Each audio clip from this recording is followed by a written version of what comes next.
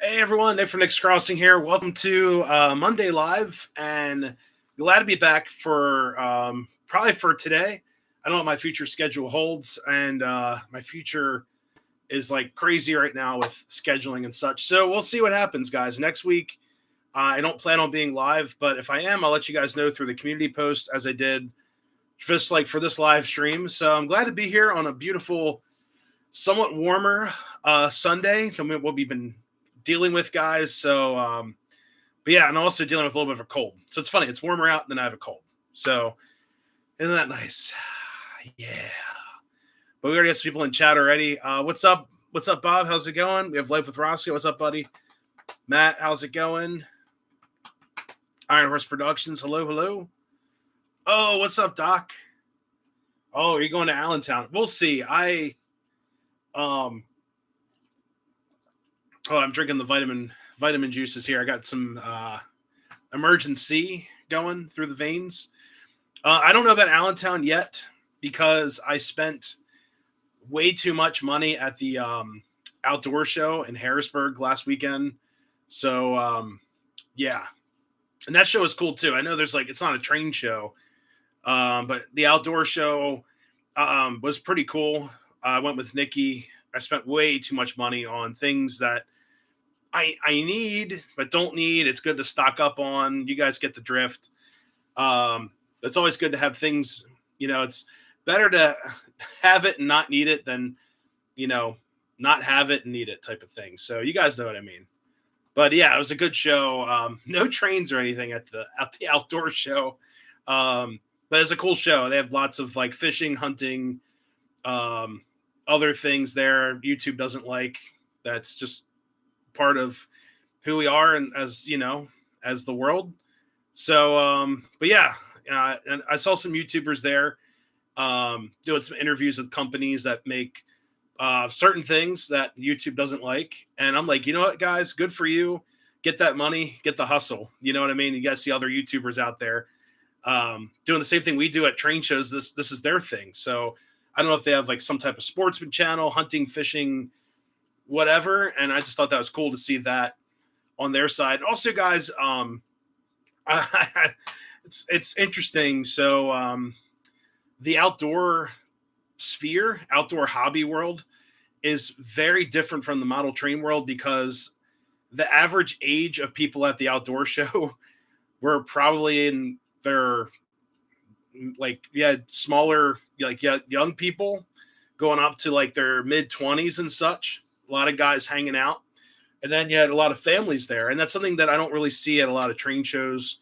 The demographics pretty old, the age range. And I just noticed that I'm glad to see people like, it's not my hobby per se. Like I'm not all about going out and stuff, but I do enjoy my outdoor hobbies as well. But it's good to see people going outside and doing things. And I thought that was really cool, especially like families and such going out and, going fishing or going hunting or whatever they do. So I thought that was really cool. It's just a different aspect of, different hobbies. So it's kind of cool. But I don't know if I'm going to Allentown or not. I spent way too much money at that show, and we'll see. I would like to go because lots of my friends go to Allentown. It's a good rally right before York, and I know York is like 2 months away. Call it 2 months away, so it's pretty awesome. But anyways, got lots of comments in here. But yeah, Doc man, great question. Who else is going to Allentown? Let me know in the chat. Be cool to see who's going. I think Dave's going. We'll have to see, guys. What's up, Anthony? What's up, Scott? The old saying, two is one is none. Yeah, exactly, right? Start saving for York. Yeah, we'll see. I don't know if this York's going to be an interesting one. And William's going. It's a good show. We'll also see how I'm feeling, too. I'm getting this cold right now. I don't want to, like, infect everybody.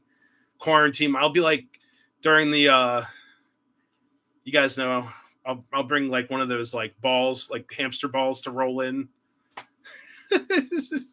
Self-containment. What's up, Strasburg? How's it going? Hey, Dave, what's up? Any other comments, guys? PR Sean, what's up? How's it going? What's up, Logan? Whitmore's Trains. If I missed anybody, please let me know. Robert Russell, how's it going? Anything new about the layout?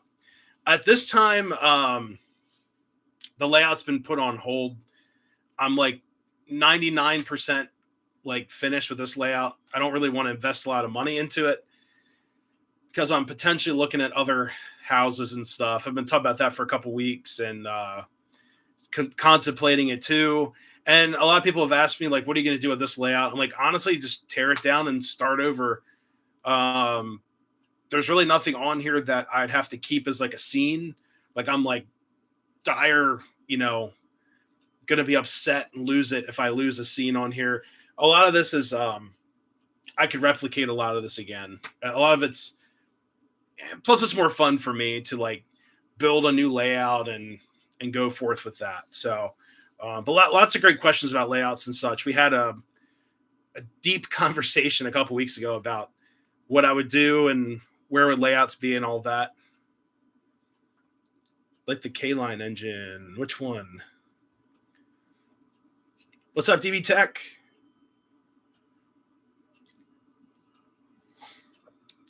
The only solution to cold is enduring JTs. Yeah. They have a mint flavor. Where's mint? I have it somewhere in here. Just start huffing some mint, I guess. Saw you at the Great Skill Show. Uh-oh. Hey, no worries. I appreciate it. Yeah, I was with my dad and the wife, so we were busy. That day that would have been Saturday. Yeah. I'm actually running one of the engines I bought at the show tonight. I bought the GP9, Western Maryland GP9. The K4, yeah. Oh, I forgot. The K4 is a K-Line. It's one of my favorites. What's up, Dathan? How's it going? Hopefully you enjoyed your day off and your night off. So I'll be back at it, back to the coal mine tomorrow. That's another thing, guys. Today's President's Day, honoring our, they say it's George Washington's birthday online, which is really weird. It's I don't want to get into it, guys, but it's like it's President's Day. I get it's George Washington's birthday, but they avoid everything to say what the day is because they don't like certain things or whatever. I'm tired of this kindergarten stuff. It's President's Day. I'm like, I get it. It's like all my calendars said Washington's birthday. I'm like, it's President's Day. There are presidents you may like. There's presidents that you don't like. I'm sorry, but it's President's Day. And it's just the way it is, But I'm getting tired of this, this kindergarten stuff, guys. We're all adults. What's up, Trains in S-Gauge? How's it going? Just here making rock walls. Very cool. First one to film the Western Maryland. Yes, you were. That, and I had a bunch of shorts too, but you'll see it tonight. It's all weathered up. It's looking pretty good. It's February 22nd. So yeah, I don't know. It's all my calendar said that, and I'm like, I'm off for President's Day. I don't get it. I don't understand. That's what I mean. They move it around to be not what it is, and it was like my work calendar said that, my Google calendar said that on my phone. It's like we celebrate it today, but it's just President's Day, whatever. What size traction tires do K-Line Mikados use? Oh man, I honestly don't know. That's a good question.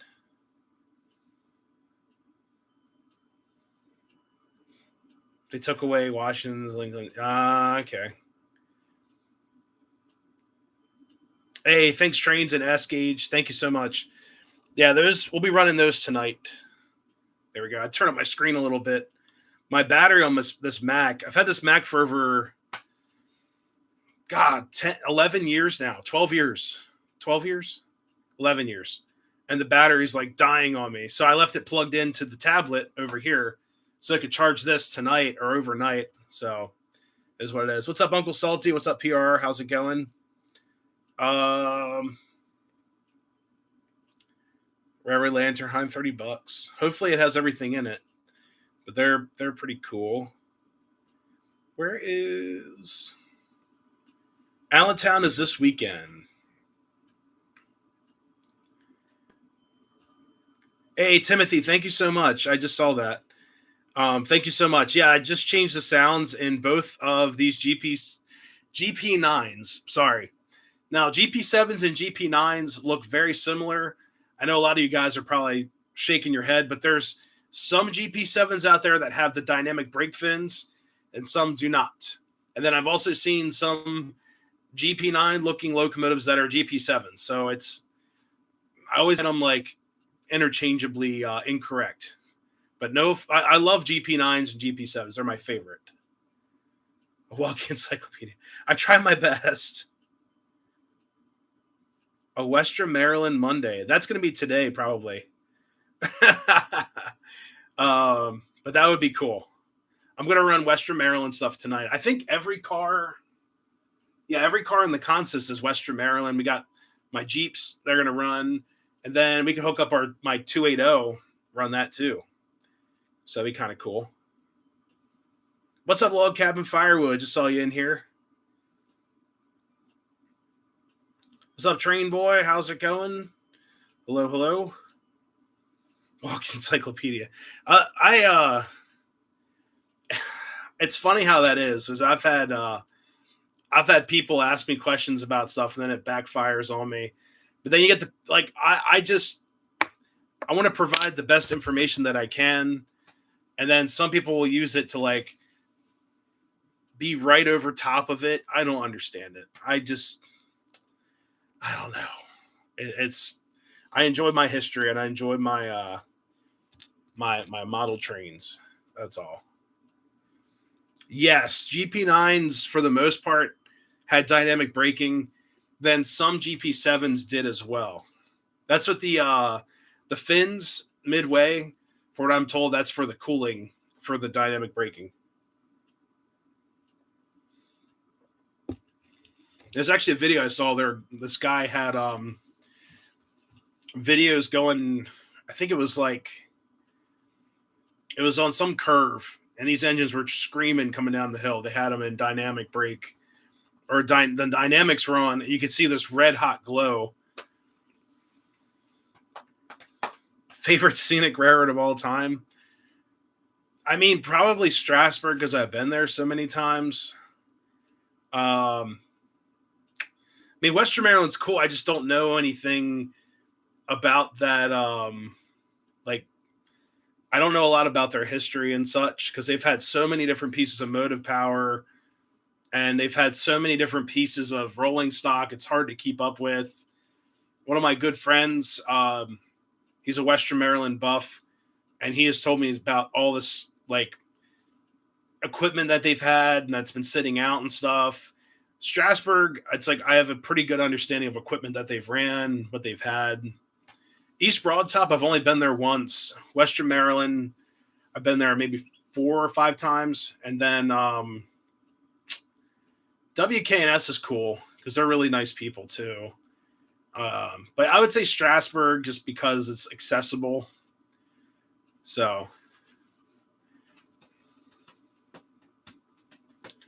how about GP9s or Jeeps with air tanks on the roof? So I don't have any that have the tanks on the roof. I know the B&O, I believe the B&O did that. CNO, N&W may have had some of that. I don't know why that is. I have an assumption it has something to do with keeping the air warm and trying to get moisture out of it, or extra air capacity. That would be my guess with that. You know, moisture tends to gravitate down. So probably have like a bleeder valve at the bottom so it could bleed the air between different elevations and such, or tunnels. I would assume the air on the roof would be for that. Compared to being low, might stay cooler, lots of condensation. But yeah, I don't have any that have the air tanks on the roof. I know they've got the extra air on those post-war Alaska Railroad switchers. That's pretty cool. Hey, what's up, Nathan? How's it going? Hello, hello. Radar, what's up? Matt, the cats are good. They're doing all right. Doing very well. Doing pretty good. Yeah, the cats are good. Yeah, I'll run the 280 a little bit later on. But yeah, guys. So this weekend's Allentown. Uh, I gotta see how I'm feeling. Like right now, I feel horrible. I'm drinking this potion to try to get better for tomorrow night because I have work at night. I'm hoping to switch to day shift due to unforeseen circumstances. I might have to switch shifts with somebody. I might be getting like whatever bumped out or whatever. So I'd go from a night shift to a day shift, which would be cool because then I'd be up here with you guys. I have to see how all that plays out tomorrow. It's all railroad shenanigans. Um, but yeah, we'll see what happens. But it'd be great to be back on live streams and back home during the day. Night shift is cool. I mean, it pays a little bit better, but it's definitely a stretch. One of my good friends that's in here, he works nights and he's a trooper for doing that. My last week was my first week on nights and I was just zombie mode and could barely keep it together. So anyone who works nights, I give it to you guys. I'm getting older. I'm getting too old for this. But I have worked nights for like overtime and stuff, and it's sort of exciting because you're working for overtime. So it's a little bit of a boost, I guess. But it's also like I'm drinking like energy drinks and all that junk. I don't want to be on that stuff either. A little younger. We're all getting older. Uh Sweet March 8th. Very cool. 11 years on YouTube. That'd be cool. Work nights for 4 years. Got rough as I got older. Yeah, I worked my first track gang was about 3 years ago this time. Yeah, well, hold up. December, January, February. So end of February, we got pushed out of the maintenance hub. We had to go find our own jobs because that was the probationary period, 90 days. So when my 90 days were up, it was like day 93 or day 92. I was working for a Thai gang, and that was at nights. That was rough. I remember that my first night, and ended up being a decent group of guys that I would keep in touch with here and there. A lot of them are up in Jersey and stuff. But I recognize people all the time from the gang. But that was not an easy gang.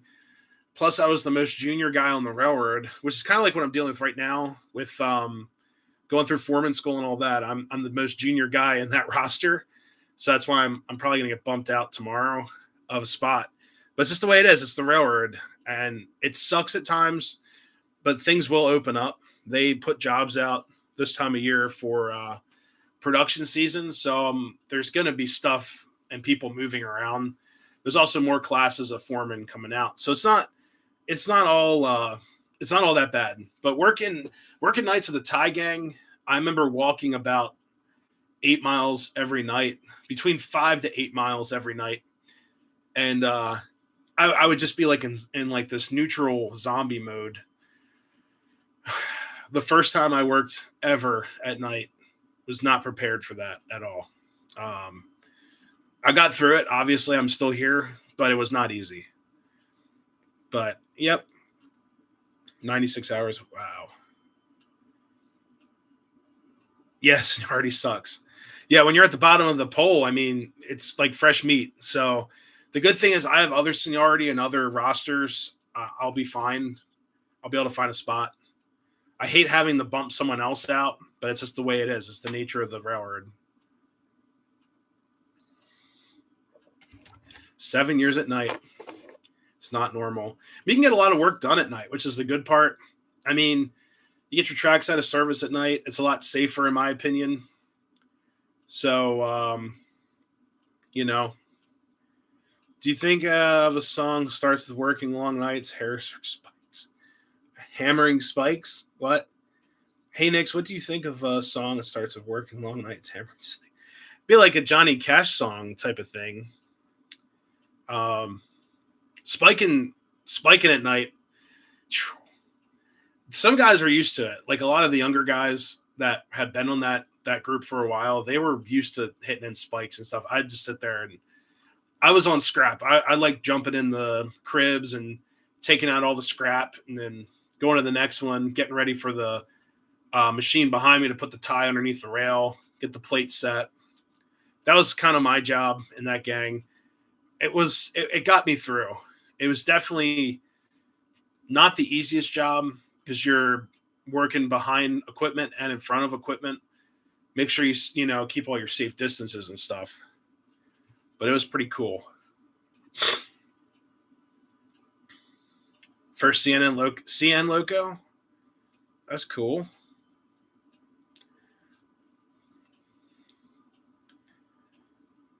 Getting stuff done at night. Oh my gosh. Yeah, I mean, depending depending where you are too, and depending what's going on. Obviously, the corridor is a little bit more busy than where I have been working, but there's still a lot of stuff going on at night. If yeah, I've never dealt with that. If they let us out, so what's up, TV Tech? Are you going to Allentown? We shall see. It all depends how I feel, and I was talking about it earlier. I spent way too much at the outdoor show, like way too much money.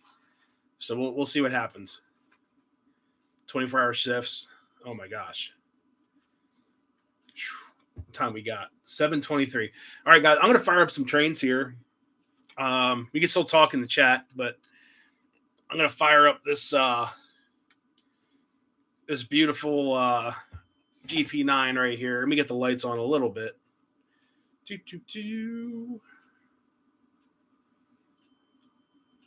Ooh. Go a little bit so this is called like sunset. It's pink. You don't have to buy anything. I know. It's just it's a long drive too. And fuel and food and you guys know how it is. You got to wake up at the crack of dawn. You know. What is tonight's smoke fluid? Oh geez. I think we have cookies. I think it's cookies in there. What's up, Life and Sad Ending? How's it going, man?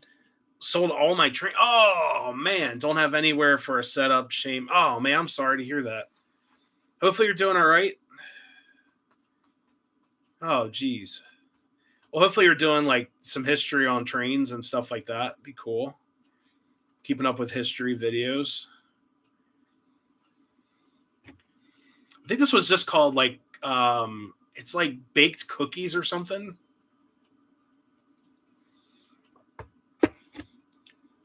Not sure if we're going to Allentown. Spent most of my money at local auction. Oh man.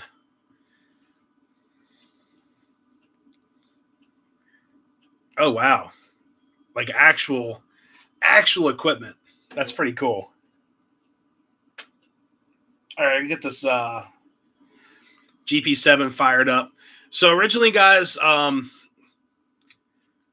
did a video on these two Jeeps that we running today, and originally this had the like the foghorn type of horn to it. I just was not a fan. I'm like, enough of this.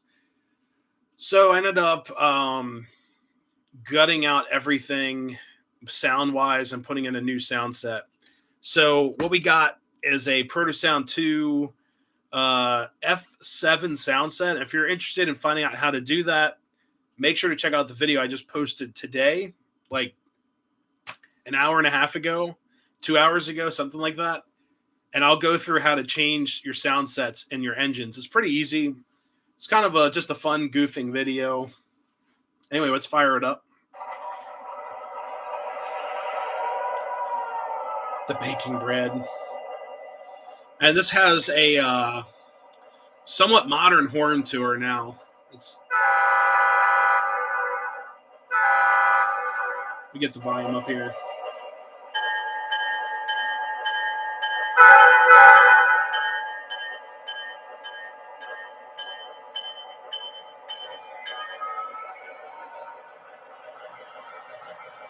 What's up, Del Hudson? How's it going? Yeah, it sounds like the horns that they use up at Reading and Northern on their locomotives. Warehouse sale. Wow. Oh, I gotta turn the smoke on. What am I doing?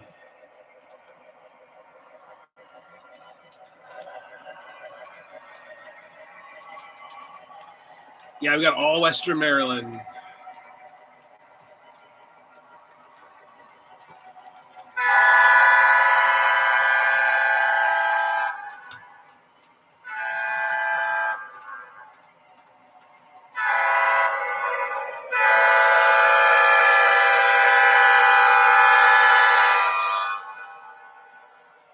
What's up, Colorado? How's it going?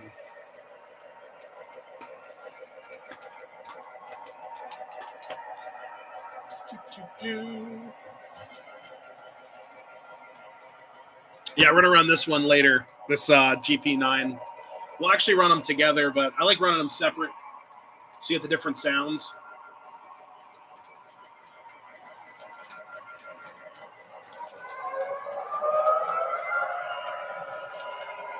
Oops.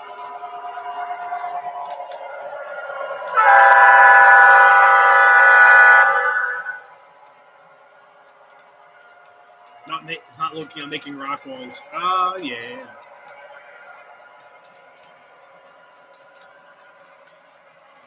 It's the rarest to find. No, I didn't know that. Yeah, Western Maryland, I love their paint schemes. And they're one of my favorites. I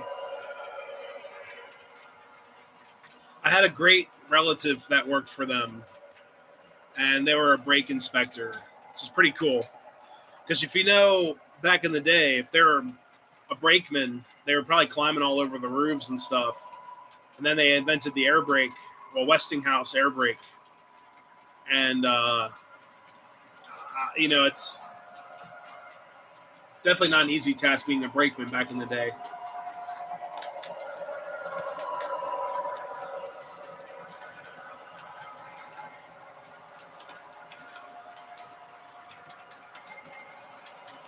Yeah, I love that horn.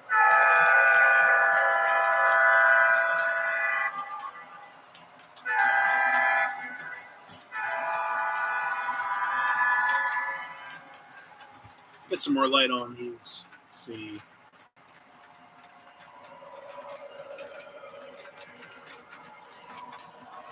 There we go.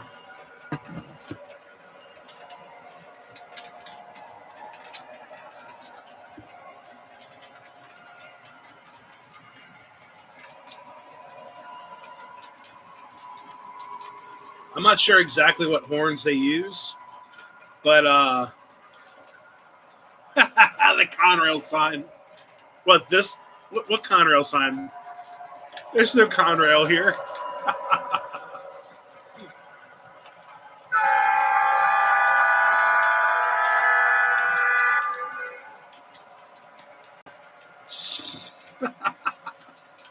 That's funny. Yeah, there's a Conrail sign in the back.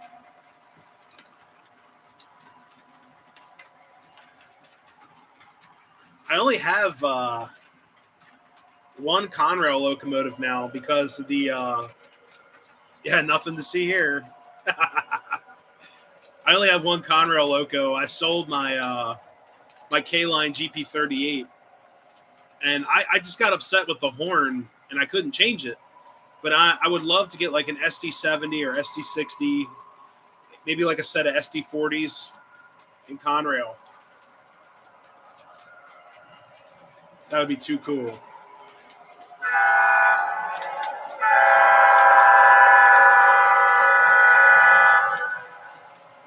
The Chessie sign.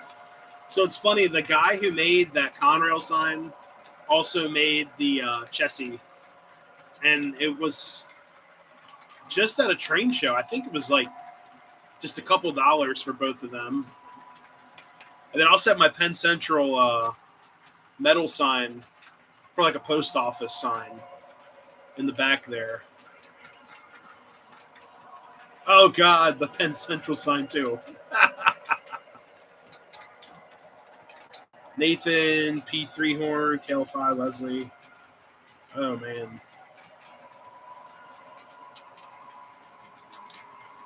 Yeah, it's very close to, if you listen to what engine, I think it's like 2013 or 2012. It sounds like this horn.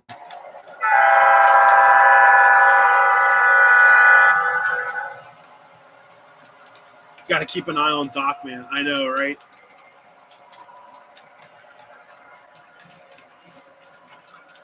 I don't think they're real signs. I think someone made them, but they're like painted decals. It's pretty cool. I mean, someone did all the stencil work on them.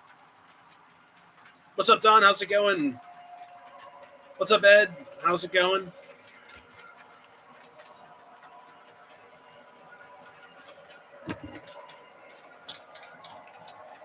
Do. All right, I'm going to swap out this Jeep for the other one real quick. And then we'll run a lash up of them both. But yeah, the video I posted, guys, is going to have the what the sounds were before and what they are after now. And these sounds sound amazing for what it is. Did Bachman stop doing Williams? I thought they did. So yeah, this one's a Proto Sound 2.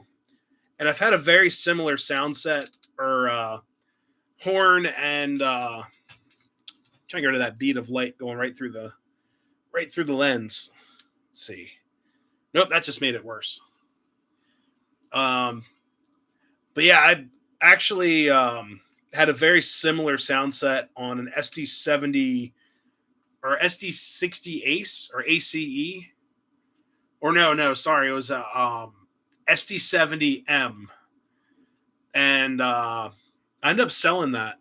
I sold it to White Rose Hobbies for a decent price. Towards a trade, I believe. But yeah, we'll swap this one out. We're going to run the Circus Scheme. Set this one over here for now. Make sure she's on the track. Swap her around. All right.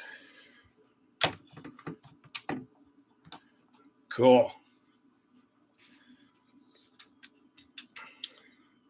What's up, Newt? How's it going? Oh, crap, it's Newt. All right. Get some juice going. All right. Now, this one has an awesome startup sequence. Very happy with this sound set, too. So listen to this.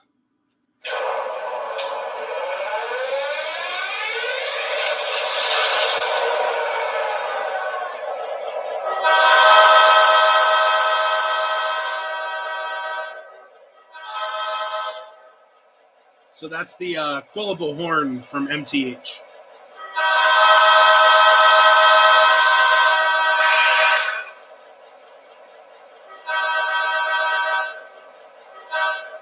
Trying to find the first step of the horn. Yeah. Yeah, it sounds like the turbo time.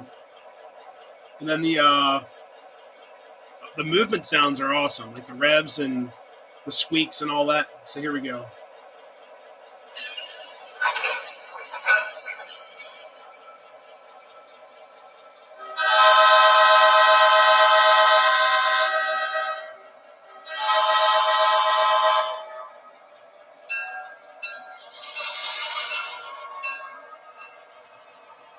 It's got the EMD crunch.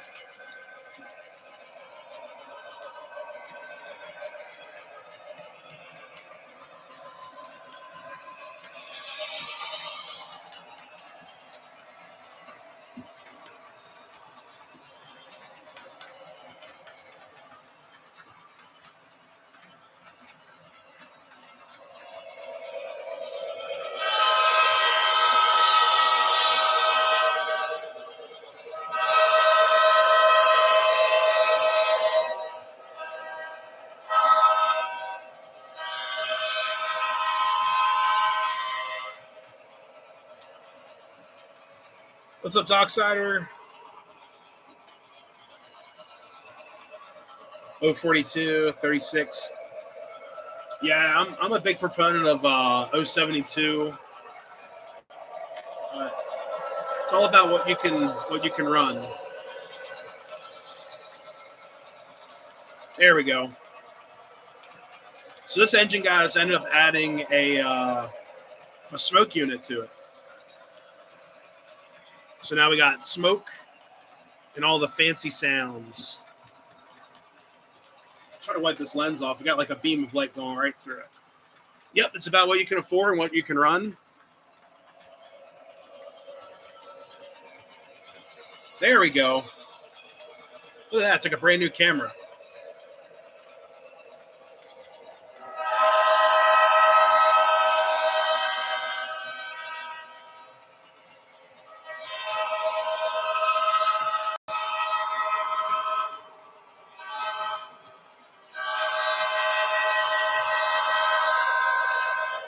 Yeah, these were all weathered. I weathered them myself.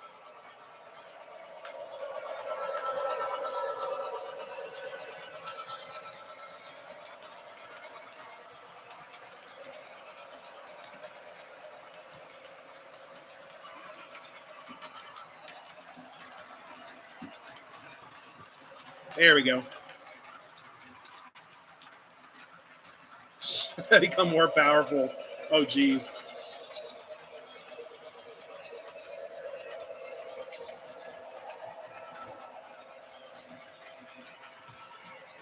Here, what we have to do.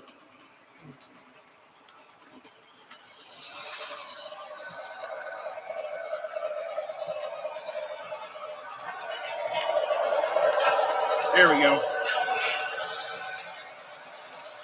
You have to be ridiculous sometimes, you know?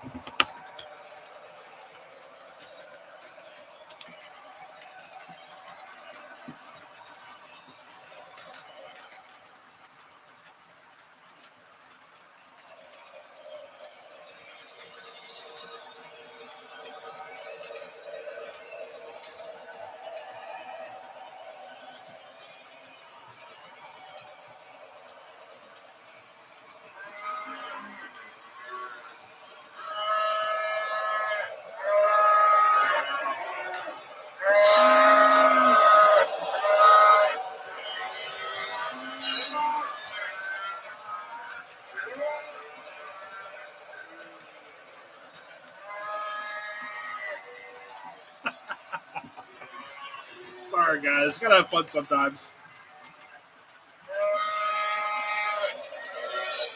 What's up, BNN O Scale? How's it going? Hey, thank you so much. Hello, hello.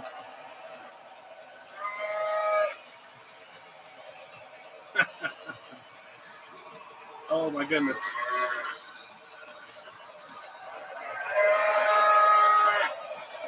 Hey, thanks. Thanks, S. Gage.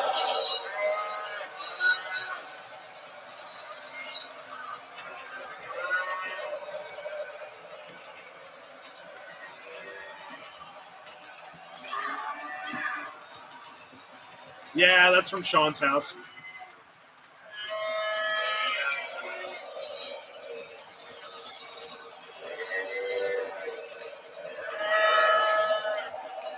Oh, my goodness. 64 people. Thank you guys so much.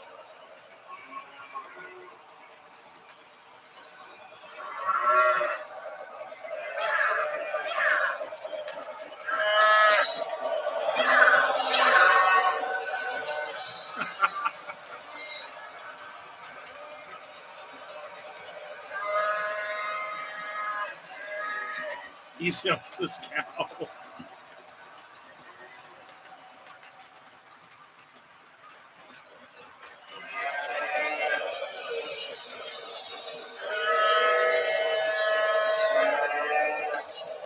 Oh, my gosh.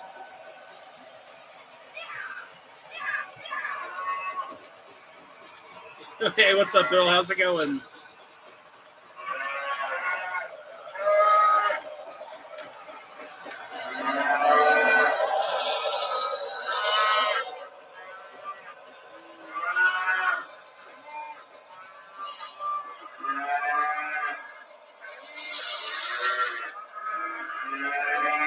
Oh my goodness.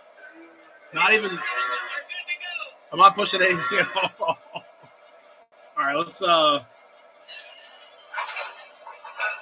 we're gonna do a lash up, guys.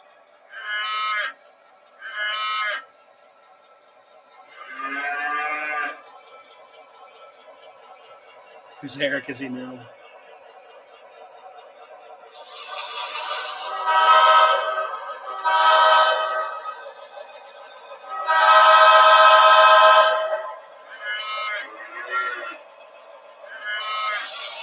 All right, we're gonna do a lash up, guys, of both.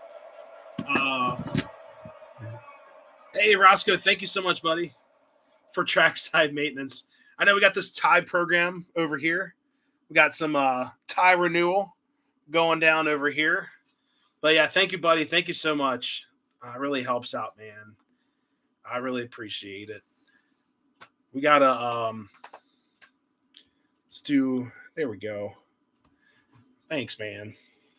We're gonna hook up both diesels. We're gonna do a lasher upper. All right. We're gonna put the better engine in the front. Even though I love these engines, but you know, you got to have a favorite of the two. And my recommendation, if you guys ever do a lash up with Protosound, put the most modern engine in the head. So whatever, like this is a Proto 2, 3 volt, which is great. And then you've got a Protosound 3 right here. What's up, Docksider? Thank you so much, buddy. Thank you so much. Should do a collaboration. It's complicated. They kind of do their own thing, and you know, it's just the way the hobby is, unfortunately. But I do appreciate your contribution, man. Thank you so much, and I appreciate the comment too. It's just the way it is. I honestly haven't met them either, so it's complicated. Shouldn't be complicated. We're all running trains, but it's complicated.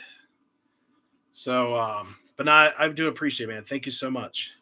Is that okay? There we go. Oh, me heart. Thank you guys so much. I really do appreciate it. But yeah, we're gonna lash these two puppies up, and then we're gonna basically call this one the head unit. With the newer update with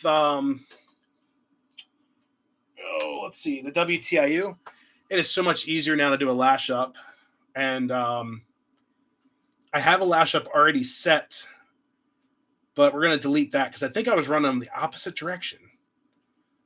All right, I'm just gonna re-add our engines. When you re-add an engine, oh God, make me go shopping for Western Maryland. Not if I get there first. So when I re-add these engines, I'm gonna basically say to run them and then return to list. We're gonna do an add engine MTH. Then we're gonna go to, wow, we got 84 people watching. Guys, thank you so much. I really do appreciate it. And then we're gonna build a lash up here. I'll show you guys across here. It's kind of hard to see. And Fall York show. Yeah, it's crazy. We've got York is always a lot of fun. It's overwhelming at times. But at the end of the weekend, it feels awesome because I see a lot of my friends and people from all over the world.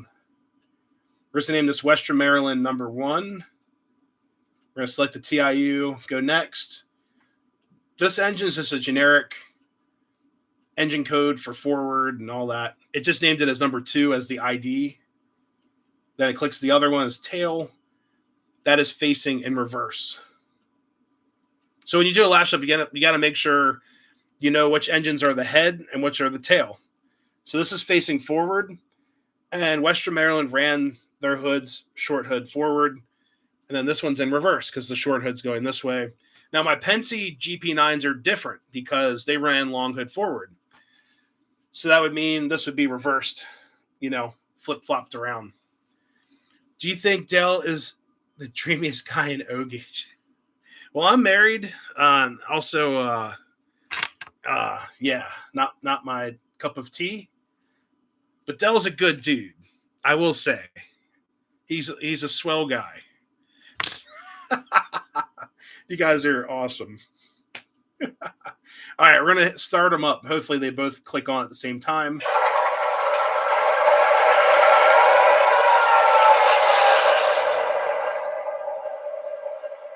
He's dreamy indeed. He does have a nice car. All right, let's test her out.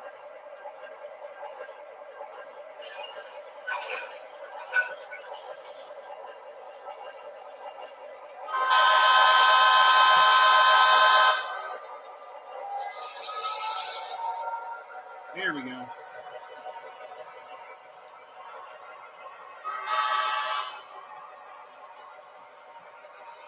Keep asking everyone that seems suspicious. You guys are great.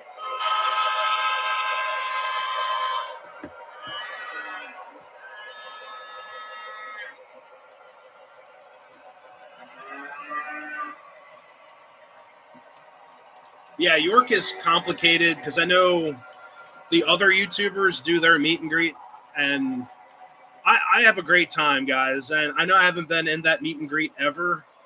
I've never been asked to do it, but I have my own fun, and I'm able to enjoy myself walking around and all that too, and end up talking to you guys. Let me turn the cows down. Cuddly Teddy, there you go. Yeah, I don't bite.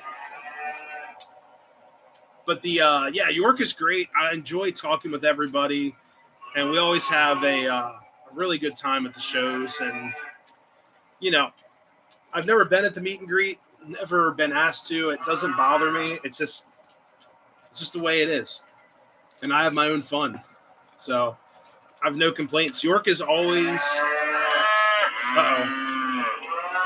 Get the cows off. There we go. But no, York is always such a great time, and I've met so many amazing people. And they didn't like that switch. But yeah, York has been something that I look forward to, and then also having I have guests over the house and stuff, and we have a good time. It's pretty darn awesome. I miss the cows. All right, we'll put the cows back on. So I can do this without blowing up my railroad. Oh, there we go. All right, the cows are back.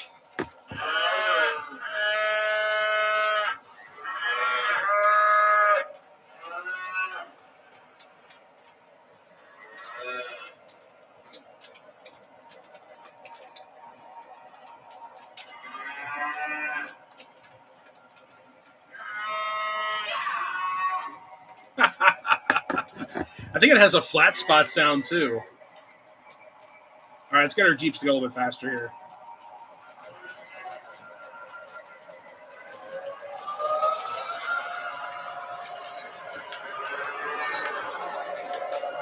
Yeah, now they're smoking like MTH. There we go. We'll actually turn them down to medium smoke.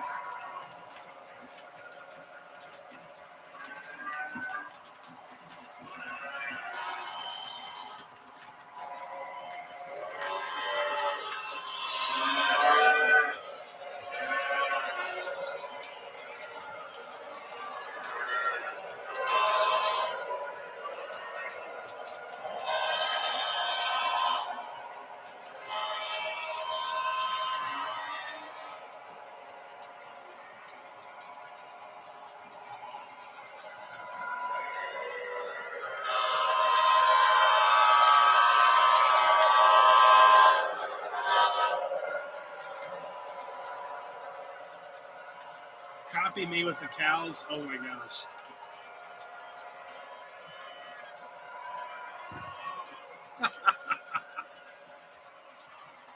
I'll take it as a compliment. I'm not going to get salty about the cow car. I take it as a compliment.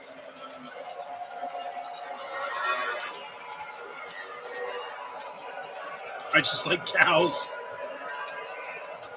Hey, no cows, no steak, no milk, no ice cream, no cheese. Well, actually, that's not true. You can get cheese from other things, but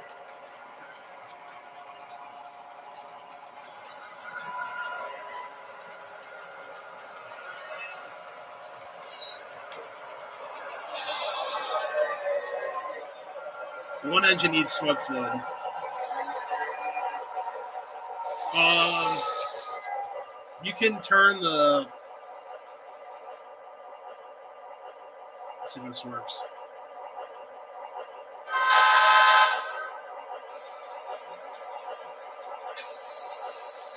The cows you can turn down. Sorry, I was trying to figure something out. You can turn the cows down by using the potentiometer underneath the car. And then there's also the TMCC function on the car itself, or legacy function. I'm going to actually add some apple harvest right here. Butter. Ground cow. Oh, God. Carefully add the smoke fluid. Oh, yeah. Woo. No spills here.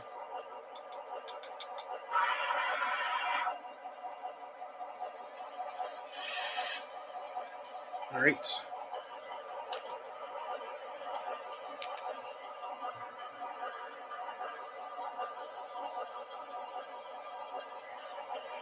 All right. Oh, cow with no legs. Oh, God. Ground beef. Lunch. Oh, God.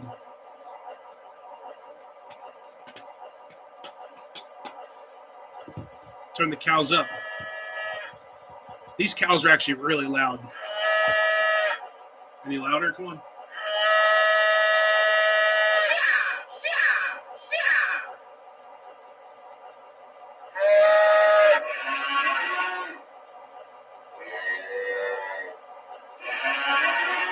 All right.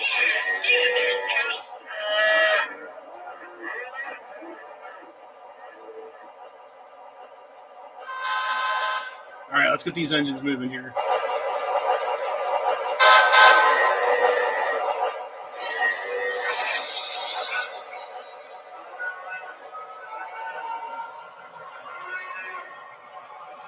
There we go.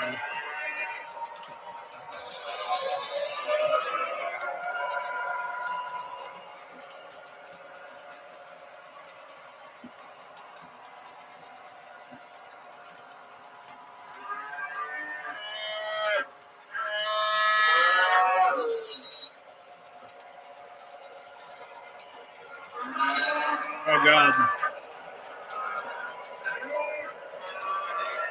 Burger's more than steak.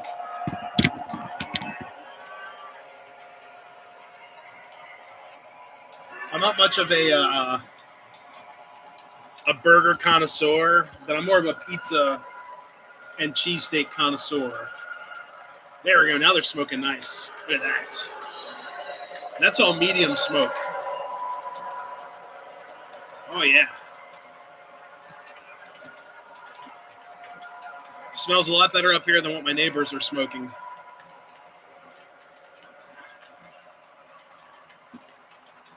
A bulldozer. Oh, God. The cow car is actually Lionel, and it's a legacy car. It has the legacy programmable pickup and everything. It's pretty cool. My buddy Sean gave it to me. Ooh.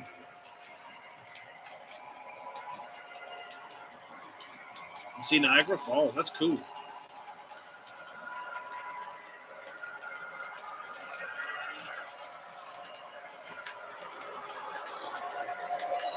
Yeah, it's funny. Like, this is the stock MTH smoke unit on there, smoking away. And then I put in another smoke unit in the head unit, both MTH, but it's just not the same. Hunter, what's up, man?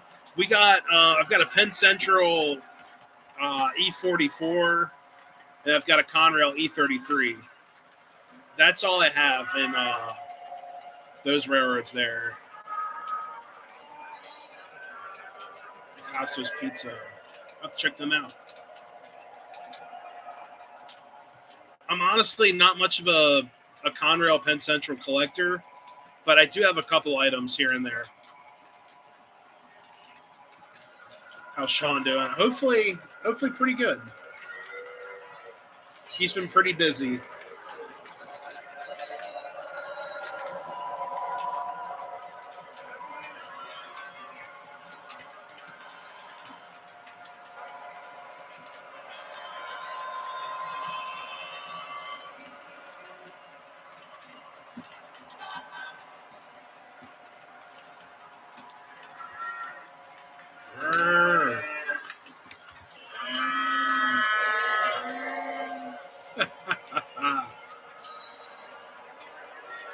Docman was here earlier. He might still be here.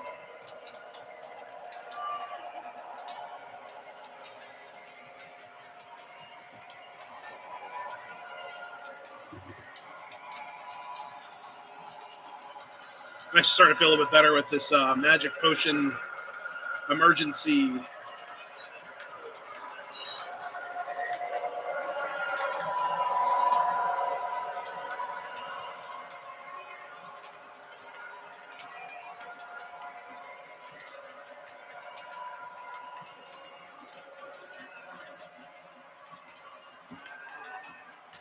Yeah, now I just need a lot more Western Maryland stuff, guys. I have a couple more cars.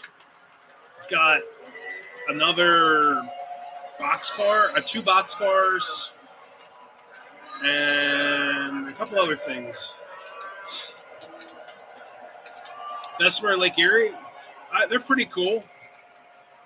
I don't have any of their engines or cars. I do appreciate them. Yeah, Nikki made up the emergency so I can try to get through the stream without a runny nose or whatever. It's helping out a little bit.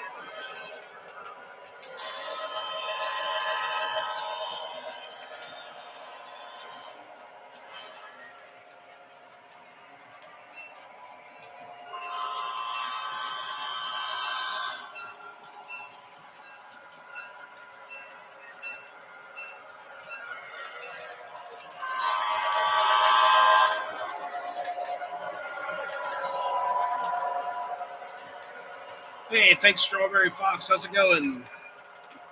Thank you very much. All right, guys, I'm actually going to swap these engines out. I want to run some steam. We got to run steam. And I've got a Western Maryland, just cut them off. I've got a Western Maryland 280 that I'd love to run.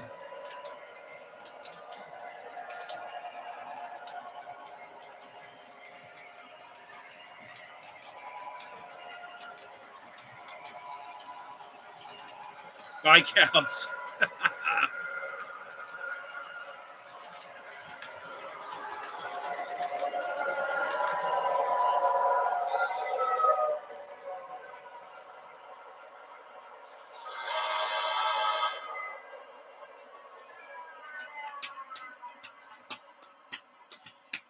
Besides the cow car, Sean actually gave me a really cool train set, and I'll debut that on the channel probably maybe next Halloween.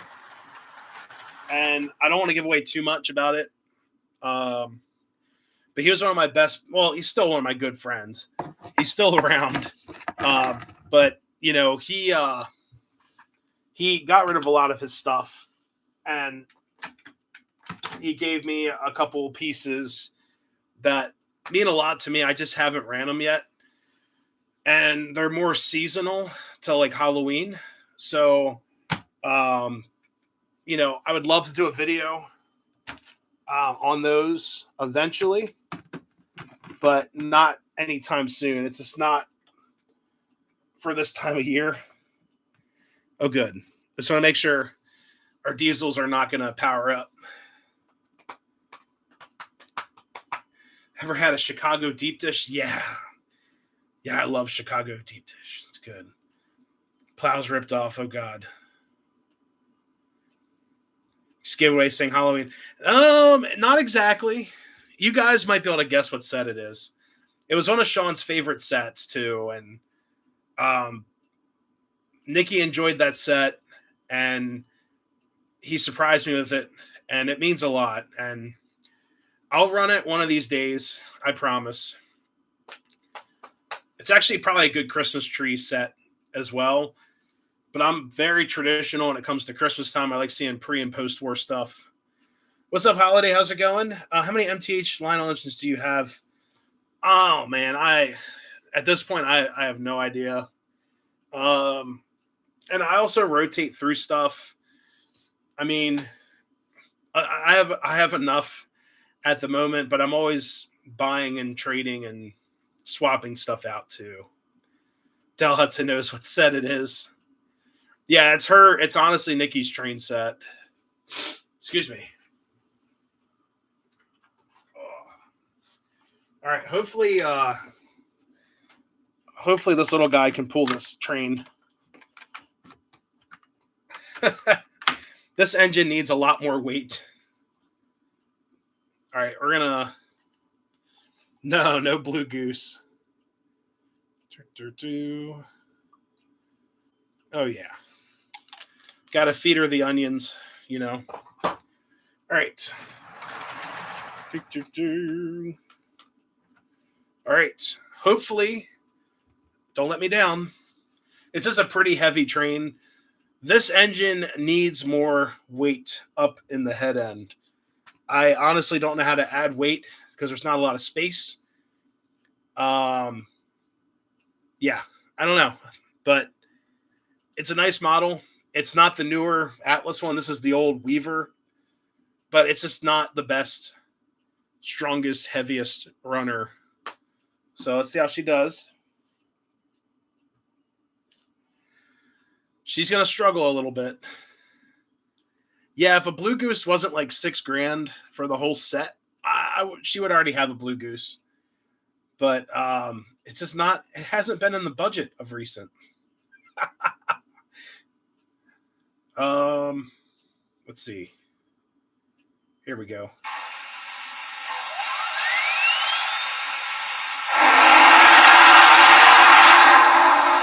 There we go.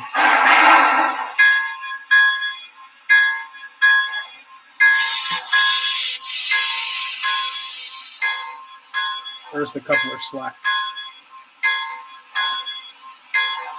Also do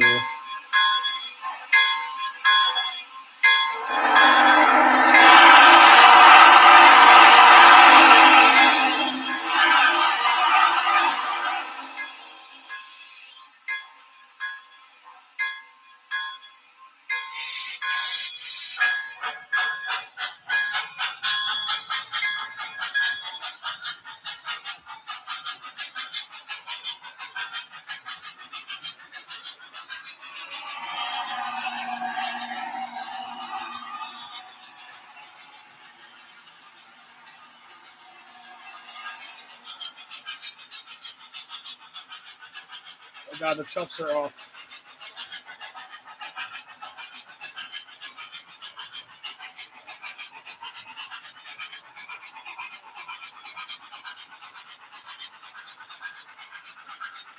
There we go.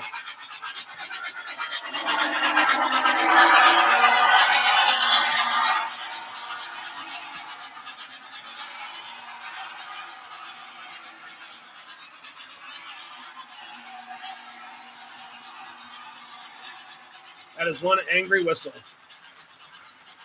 Did Western Maryland have high-head GPE 9s or 7s painted in circus scheme? Or do they get the scheme after the nose chops? That's a great question.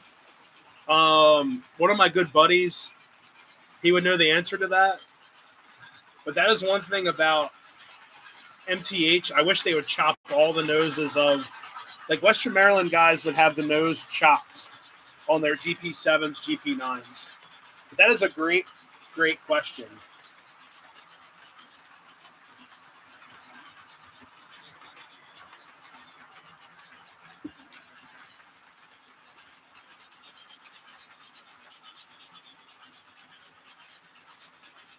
That's a great question. So it's an 8x12 layout. We're using a Ross track, and we're using a Z4000 from MTH. It's my favorite transformer. Not getting anything else. It's my absolute favorite powerhouse. And the whole layout's being powered by it. So all my accessories and signals and all that are all being powered by the Z4000. Now later on, when I get a larger layout, most likely I'll have to do separate power sections. But that'll be something to do in the future. Yeah, Hunter, yeah, York for sure. Hey, what's up, Zach? How's it going? The antennas, yeah, the GP9s, the Penceys with the antennas are so cool. And then the Pennsylvania Railroad also had the steam turbine up above the cab. So they had like a secondary stack right here for the steam turbine for a passenger. I love this whistle.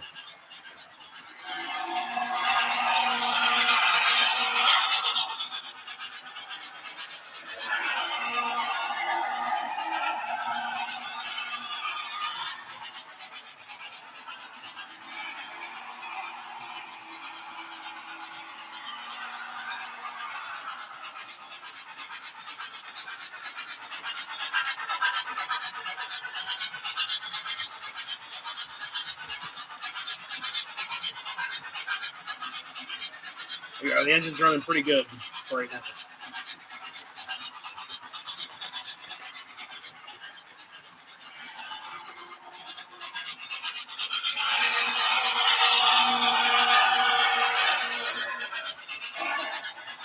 Yeah, I should be at both York shows. Have you seen CNO 2776 in person? I have not. Which one is that?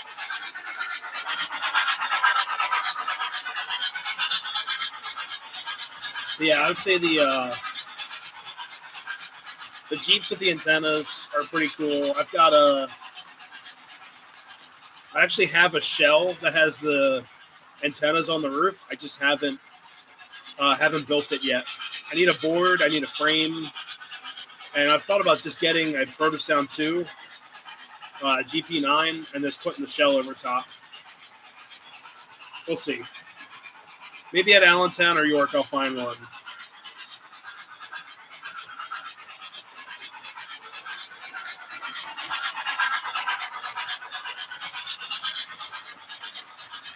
Line up PRR with antennas.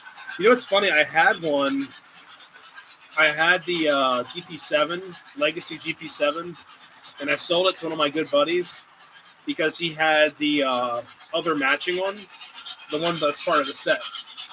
And I told him, I was like, you know what? I'm mostly into MTH, so it didn't break my heart. He got a good deal on it, and it runs great. And he was having issues with the other Jeep. So he has both of them, but only one runs pretty well, I guess. You know. Thank you so much. Yeah, I weathered both of those. We ran them a little bit earlier in the stream. Yeah, those were weathered airbrush, and here we'll go back to them.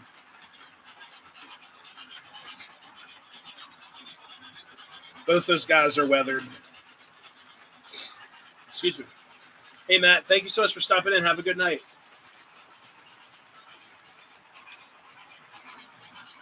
I'm usually at York Friday and Saturday. Usually.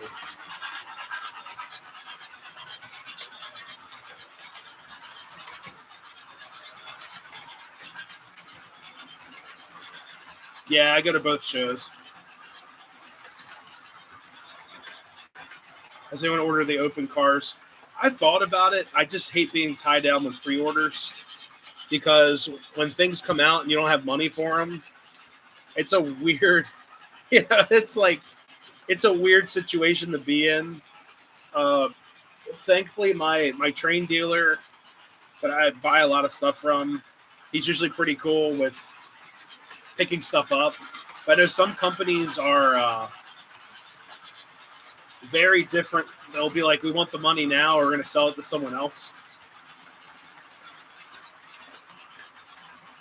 So, hey, thanks, Matt. We'll see ya. Yeah, sometimes those pre-orders they'll bite you. Or if it's like Atlas, it'll take like 3 years for it to get here, and then randomly you'll get an email saying, "Oh, your trains are here," and you're like, "Oh crap! What trains? What are you talking about? I didn't order anything." And you're like, "Oh, I ordered that like 3 years ago."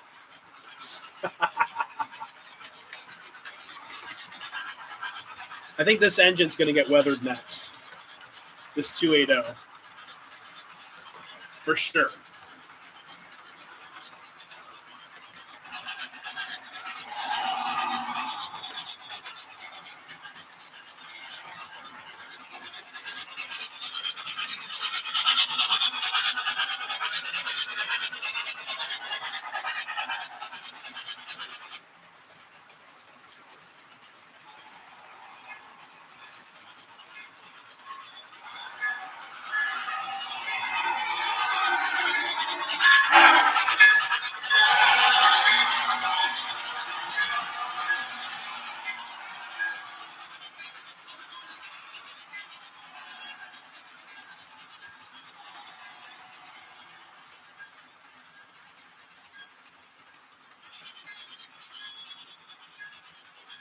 Not patient enough for pre-orders.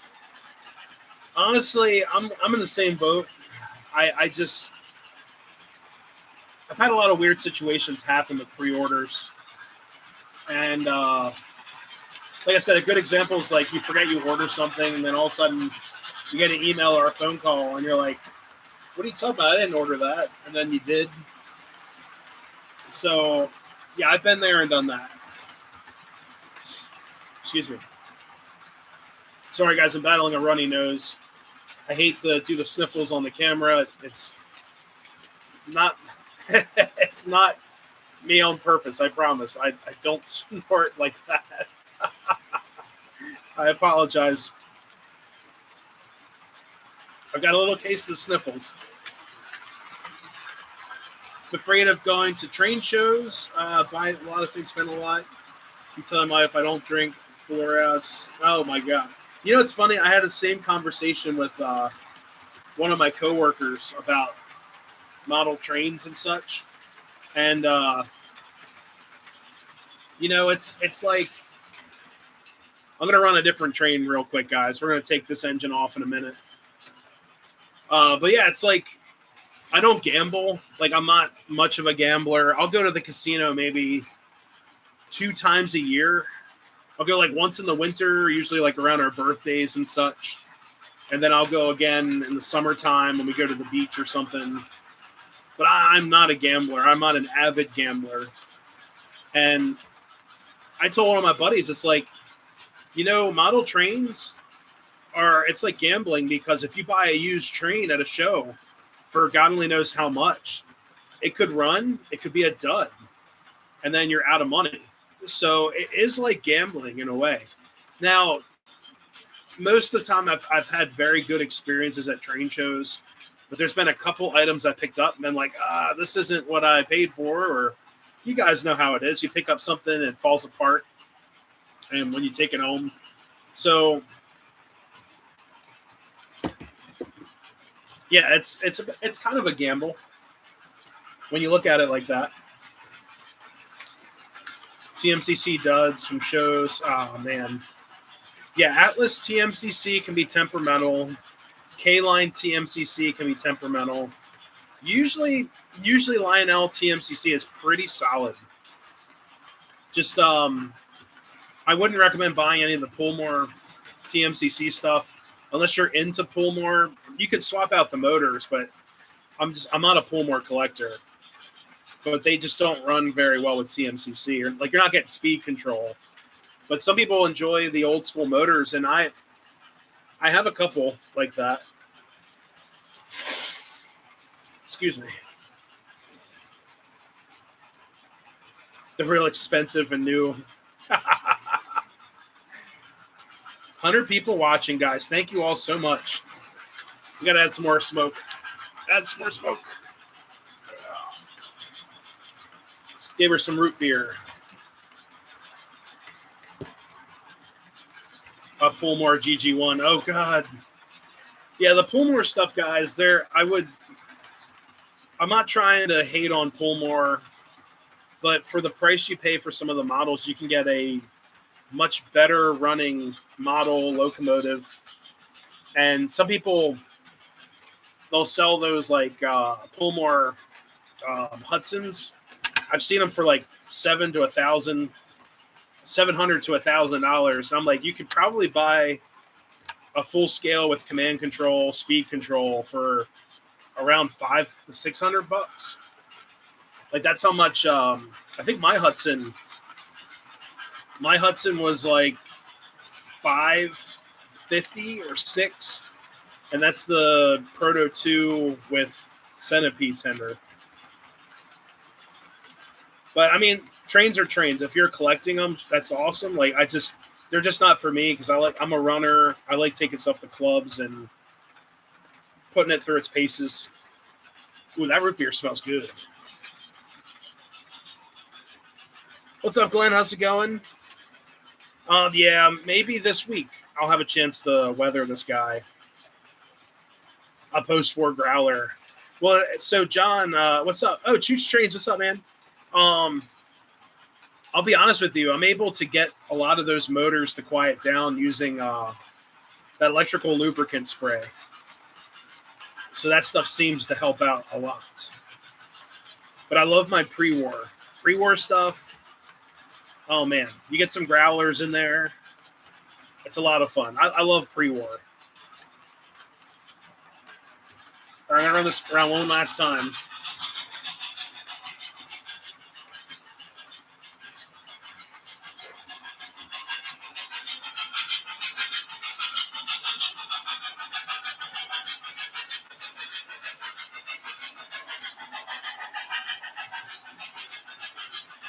Root beer floats. We could do that.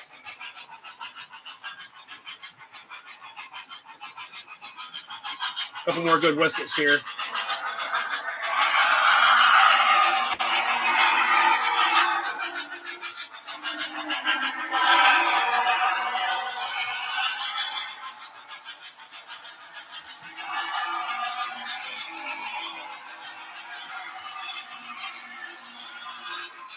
I love that whistle.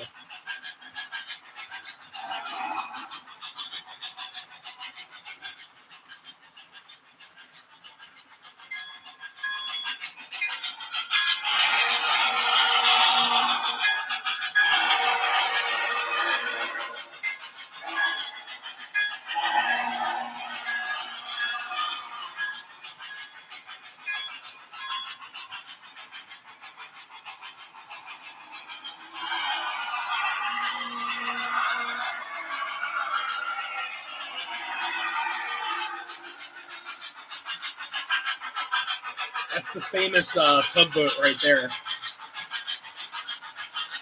Famous tugboat of the Western Maryland. All right, let me shunt her back here.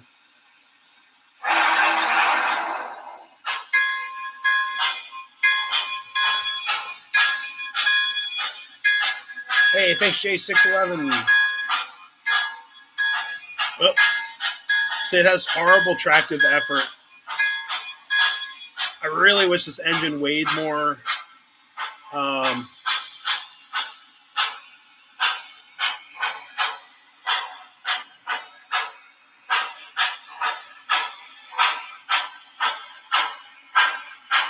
Do a nice whistle pull for you guys.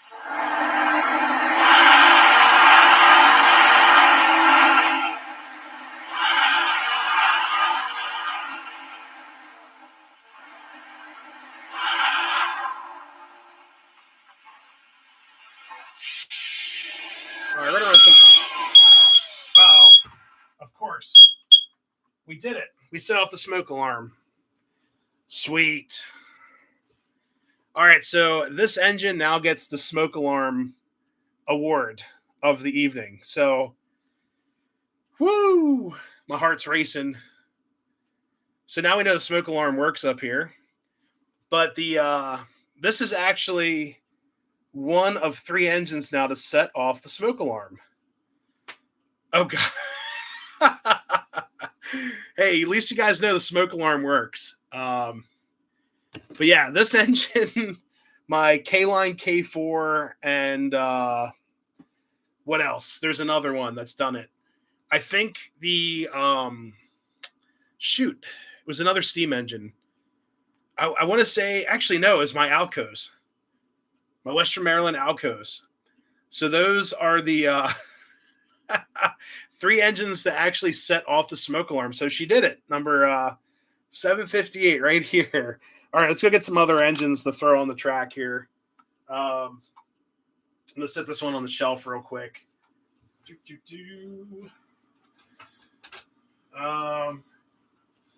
do we got? All right.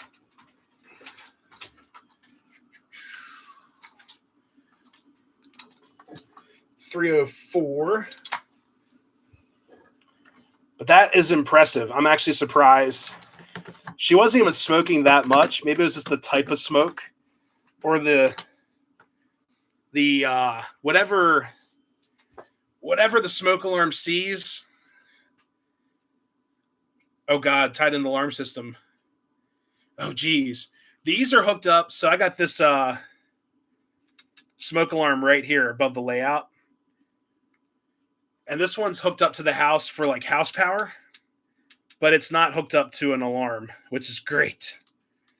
My parents have that, and they get like a phone call, and then after like the first couple phone calls, they start charging you extra money. So if you like burn the Christmas turkey, it's a phone call. Where is everything? Let's see. I'm missing.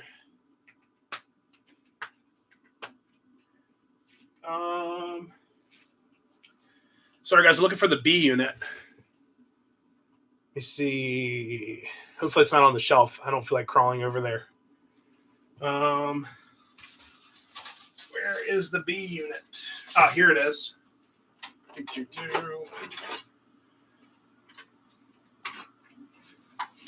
All right, guys. So we have my the B unit that I added that has extra. I can't call it. It's not a super bass. It's just extra sounds. Okay.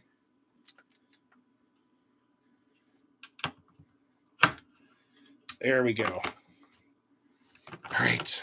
I think so, guys. I added my fancy Bluetooth system, so now the head unit here, number 303, is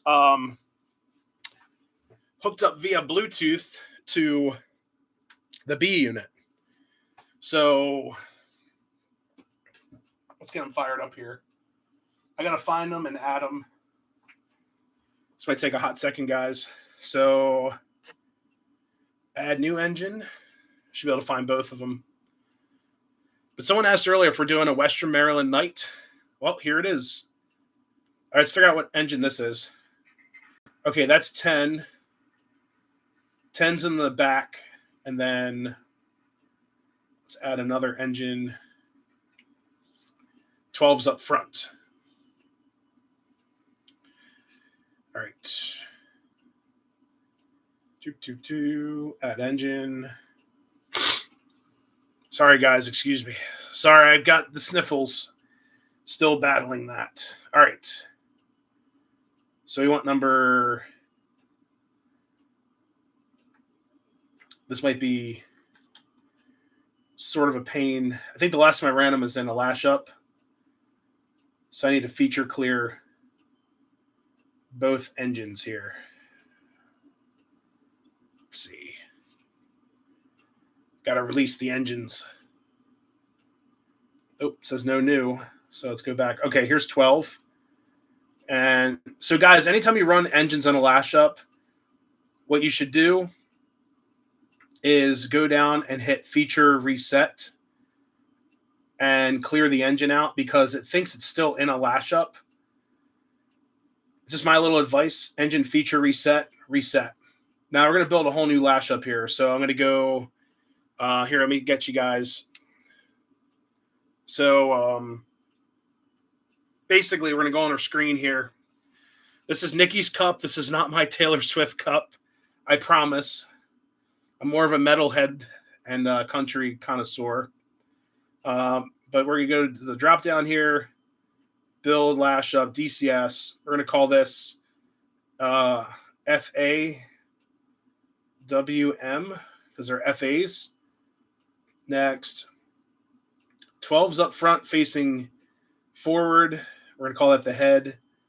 And 10 is in the tail facing backward. We're going to hit done. And then let me add smoke fluid so we can set off the smoke fluid again. Smoke unit. Oh, Steel Panther. I do enjoy going to a Steel Panther concert. I will not be singing their lyrics or writing them in my chat. We are a family-friendly channel, so but yeah, definitely enjoy my Steel Panther. I am not a closet Swiftie. Far from it. I go on rants about I'm not a Taylor Swift fan. As a musician, I'm just not a fan. All right, let's start them up here.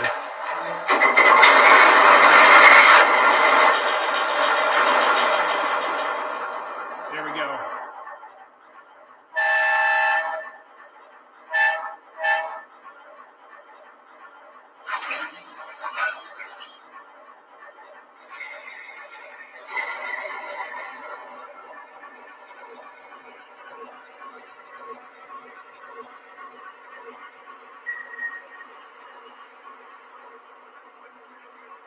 All right, Houston, we got a problem.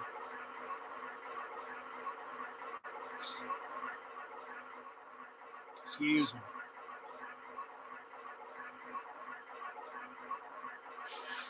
All right, guys, give me 1 second here. They are not.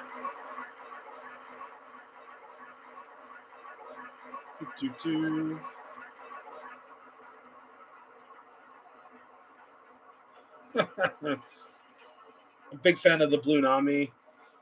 I think the Blue Nami stuff, guys, is pretty cool. I'm just not 100% sold on it quite yet. And I have my reasons. It's nothing bad. It's just I wish they could work on a couple things that, like, here, let me actually grab this tablet. Here we go. Sorry, I got to reset this consist here. We'll just do a factory reset on all of them. For some reason, the other one was spinning the wrong way, which is fine. We'll just do factory resets on everything. Factory reset. All right. But yeah, Blue Nami's cool, guys. I want to throw Blue Nami. I have a couple of smaller switchers, like my K-Line B6 or A5, 040. I think it's the A5. And that would be great where Blue Nami would work because it's such a small space. I can't fit in a proto board and the speaker is so tiny. But that would be kind of fun. And also add a smoke unit with chuff and all that. Maybe some whistle smoke because Lionel couldn't fit whistle smoke in theirs. But that would be kind of fun to do. But yeah, I'm not a huge fan of, like, it doesn't run conventionally. I know it sounds stupid, but I hate having things that do not run conventionally in case things go wrong and you have to run things conventionally, if that makes sense. Like, I've been at the train club and we've had issues. It's very rare, but we had issues at one of the shows I was at that one of the WTIUs was not working properly, and we had to use just our transformers to run. So, but yeah, The A5 run. Yeah, they do run great. I love my K line stuff. I miss K line. I really do. Excuse me. I had an uncle. Well, he's still around, but one of my uncles was a huge proponent of K line. And my dad and I were just like, "What's K line? It's not Lionel. It's not." We weren't. And I'll be honest with you guys. Back in the day, we didn't know what MTH was either. And then, K line went out of business or whatever. They're kind of pushed out of the market for their reasons, and it sucks. It's really sad. We have these engines reset real quick. Yeah, K-Line was one of my favorites too.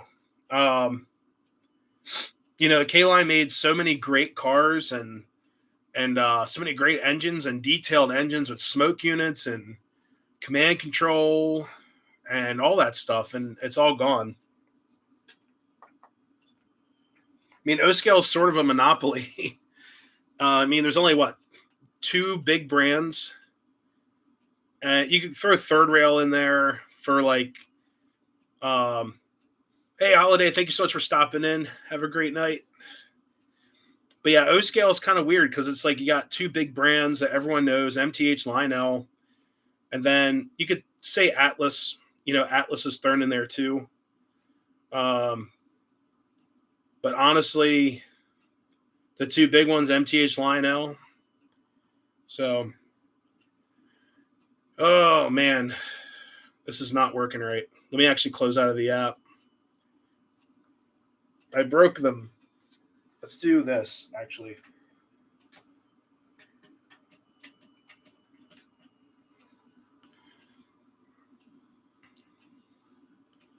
K-Line diecasts are amazing. Yeah, I agree. I agree to that. I just closed out of the app and reset it real quick. What the heck is this?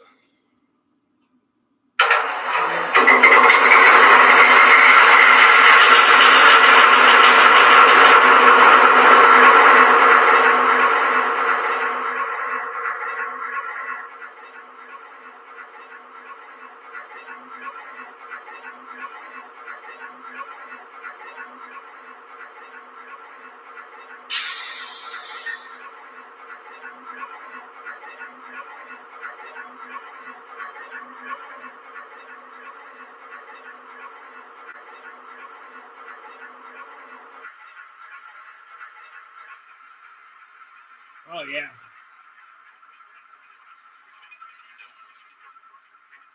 Whew. Feels like burning tires. All right, so the engine, for some reason, it's registering them as one engine now. Awesome. This is what I get for factory resetting stuff. We're going to try one more time, then we're going to run something else. Because I hate staying on, one engine. All right, no new engines. Let's try it one more time. Add MTH. All right, I'm actually going to take these engines off. Unless we'll run, let me take this problem child off, the rear unit. We'll sit that down somewhere.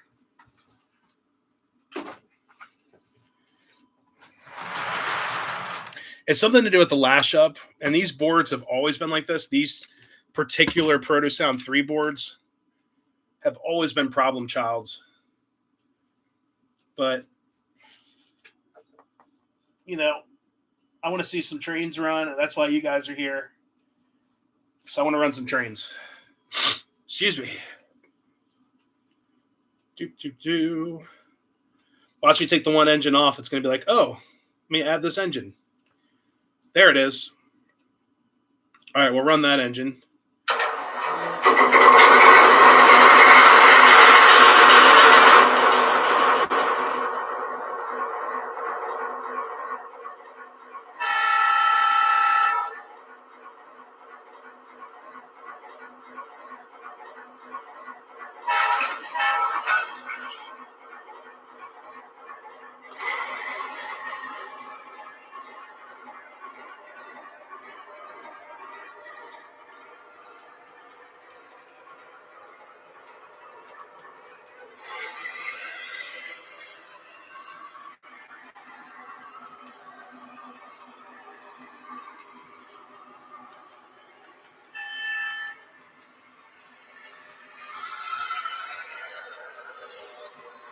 There we go.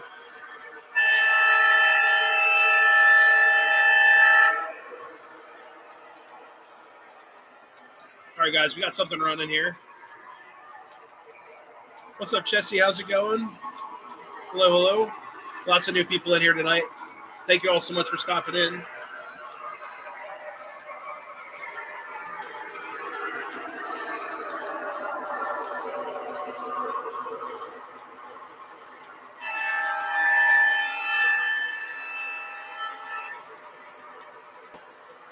What's up, Loose Trains? How's it going?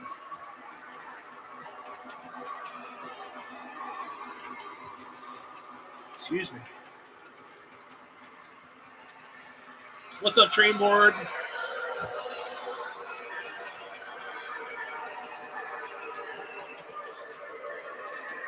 Me checking out the other channels rarely. Yeah, definitely understand editing.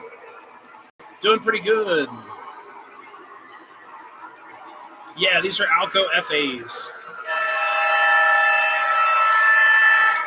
Oh my gosh, look at the smoke.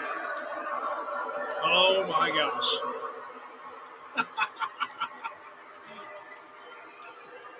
I think these engines smoke.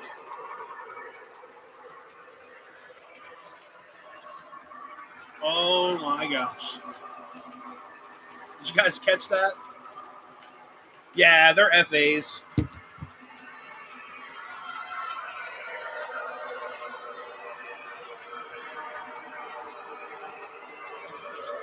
Oh yeah, multi-camera runs for sure. I definitely understand that. Especially trying to get the media from one camera or device to another and then to the computer, and it can be a pain. I've done it before. I just turned the smoke unit down a lot to medium or to low smoke. There we go. That looks good. A PRR box. I have many PRR boxcars. Oh man, do I have any Pennsylvania Railroad locomotives? The question you should be asking is, how many Pennsylvania Railroad locomotives do you have? A lot. I've got a lot of PRR stuff. I'd say like 80% of my collection's PRR. Western Maryland's just a small little bit of the collection.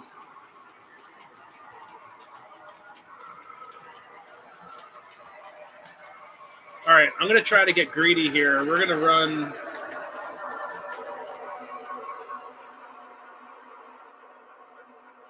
All right, I'm going to try to run the other engine. Whoa, GFW. What's up, dude? Hopefully you guys are doing pretty good. GFW in the house. Oh, my goodness. Dude, you missed it. We set off the smoke alarm and can't get engines to sync right. Oh, man. You guys will be my good luck. Penn L1, long consist, Woodside passenger cars. Very cool. Sweet. YouTube's giving me ads. Yeah, unfortunately, YouTube throws ads on everything. It's like the Beatles song, The Tax Man, you know. YouTube should have the ad man. But I mean, the ads do pay for the monetization on the stream. It's just where YouTube places them. Oh, let's see. Try to get this other unit to sync up here. It's been too long. We're doing well. Good luck for. Oh, thanks, man. That's good that you guys are still hanging in there, man. Oh man. All right, let's see if I can get this. This guy. This is the problem child right here. Let's try to get her to sync. Come on. So we got number 5 is the head unit, which is this girl. This is a dummy. Oh, it's still saying no new engines. Shoot. I mean, there's a way I can. Let me try this out. Oh, man, I really don't want to set that on the static grass. All right, let's do this. We're going to add this engine without anything else with it. So it says no new engines. Oh, man. Okay. It might be a type of engine. I just have to do the manual reset. Let's see.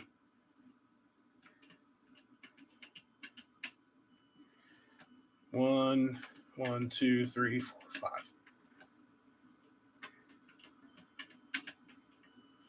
Nope.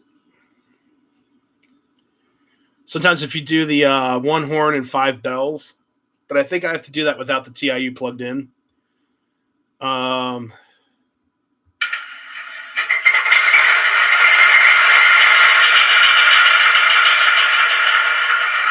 Okay, I see the problem here. So, guys, we have the same ID for both engines. That's why I couldn't find it. So we're going to edit the address to be, we'll call this number 6. Save. And then the other one should be number 4. Woo! All right. So not all is lost here. That's why I was running the same direction, because it made them both the same IDs, which makes sense because it's got the same proto-sound file in each unit. Now, originally, guys, this set was an ABA set with proto-sound 2. And how that worked was that you had a tether that went from the mothership to the B unit, through the B unit, into the rear unit that has motors and had a smoke unit. But I tore all that out. I just put in two separate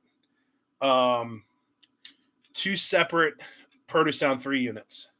Excuse me. You're on the Floridian, watching on the train.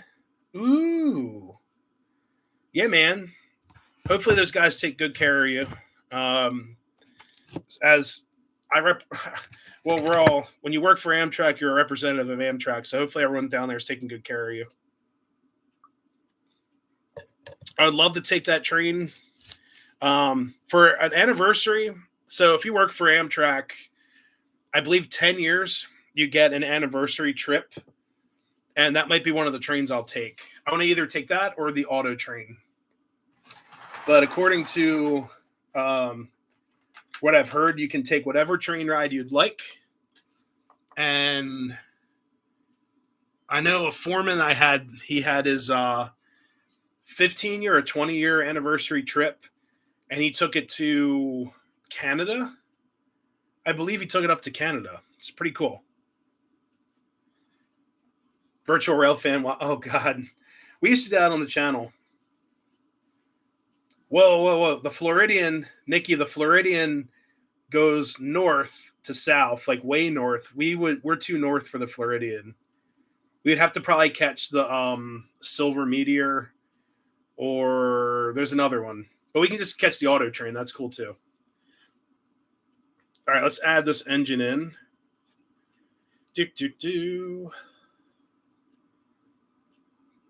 Sweet. That's good to hear. Oh. Yeah, it's great to hear. I know it should be like a rolling hotel if you guys are like in a roomette. So, but no, that's great. That's awesome. I've had people tell me, it's like, yeah, I took the Amtrak, this happened or that happened. I hate to hear that. But for the most part, I've had great experiences on our trains. I feel bad for, a lot of the conductors have to put up with a lot, and it's not an easy job, but I do appreciate what they do on the railroad. And there's a lot of people that work on the trains. It's not all that easy. Yeah, seats on the Amtrak are a lot better than airplanes. I absolutely love our seating, and I will also say that they have power outlets on each seat, and then they have like 120 volt, so you can sit there and play games and all that. It's pretty cool. Started in Chicago, took the Cardinal, DC. Oh my gosh, sell it to Boston. Holy moly. Nice. Very cool. Yeah, I don't work on the transportation side, but it's cool to hear that, they're doing a good job. Yeah, I absolutely love riding our trains. Any Karens? Not. I actually. It's nothing bad. Um, and I mean this out of respect.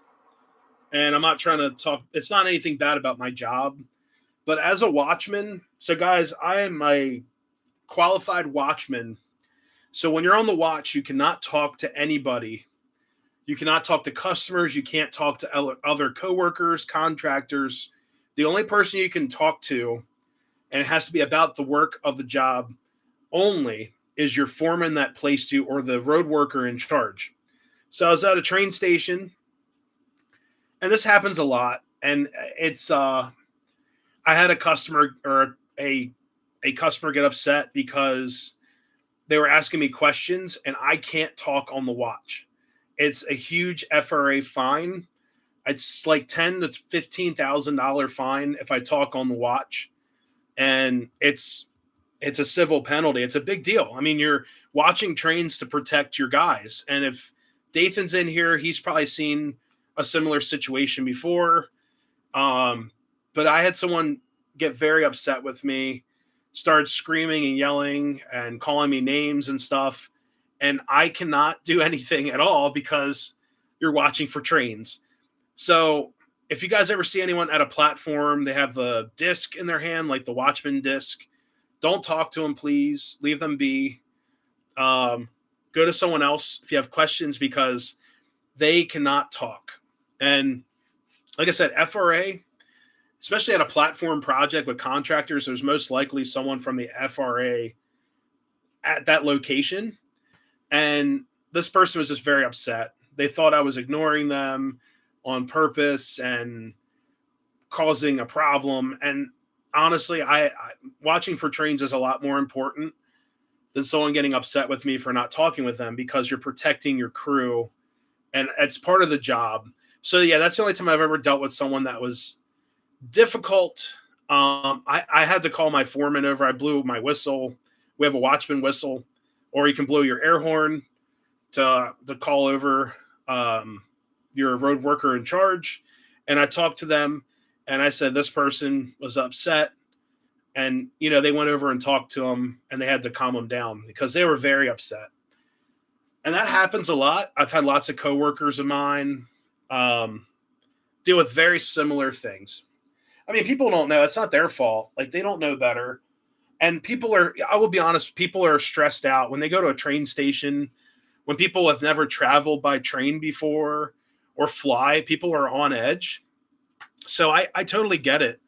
It's just a weird situation. Like, you just have to kind of play it off and, like I said, call your person in charge over and they talk to them for you. Because like I don't want a civil penalty, or also I don't want to miss a train because I'm talking to someone and people get hurt or worse. But that's just part of the job. That's what I signed up for, and it is what it is, guys. So let me try to find the lead unit. Okay, that's number 5. 6 is the rear. Okay, 5's front, 6 rear. Got it. We're gonna reset these again.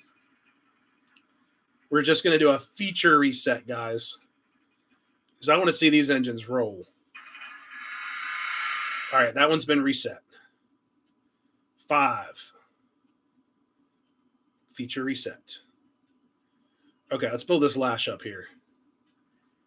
But yeah, I absolutely love traveling by train. I love just dumping off my car and just walking around a city or walking around like we did that to Harrisburg. We took the train from Lancaster to Harrisburg, walked around and everything. It was a lot of fun. And we've done the same thing up at Altoona. We walked around Altoona, went to the museum. I bought a bunch of merch. And it was awesome. Let's do this. Tail backward. All right, guys, let's try this out.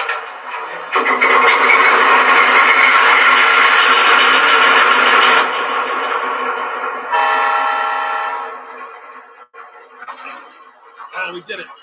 We did it.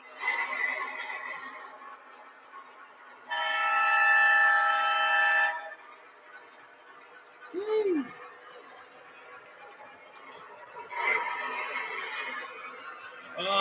It's a mountain.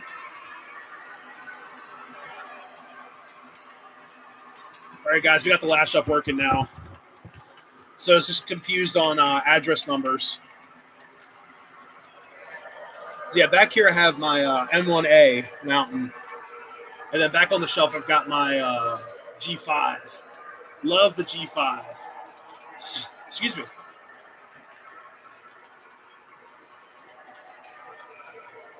Yeah, we love Pittsburgh, guys. Absolutely love the people up there. And everyone was just so nice and friendly. And absolutely enjoyed our time up in Pittsburgh. What's up, Wasted? How's it going? There we go. Smoking alcoves.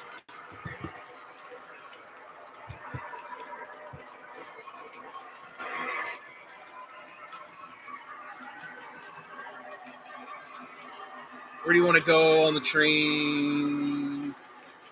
We want to go to Florida on the train, but with right now with work and stuff, I mean, I have time off on the railroad. We're not like held prisoner. We do have a lot of vacation. Nowadays, we have a whole like um, plan and accruing vacation and all that. But we wanted to go to Florida, but I mean, it'd be kind of fun to do that. But then also like Pittsburgh. HC1, HH1s. Yeah, they're pretty cool. Uh-oh. Gotta do the blow. Gotta blow this.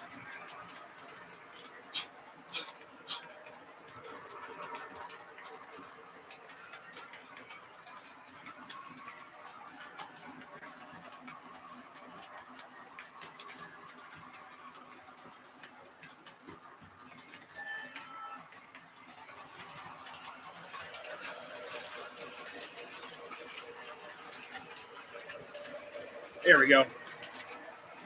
Switch you guys over to the station side real quick.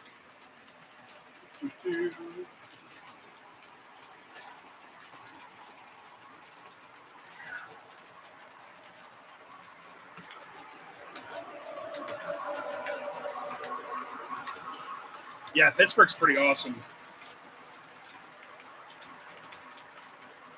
I mean, we went to like the touristy parts. We didn't go to like, you know, like the beginning of Fresh Prince, West Philadelphia, you know. But we had a great time. We also we went to the old Penn Station. We were looking for a restroom because we're walking around the city and there's like no public restrooms anywhere. It's my one biggest fear and one biggest things about big cities. Like there's no bathrooms around anywhere. But we go into the Penn Station, the old Penn Station. It's pretty darn amazing.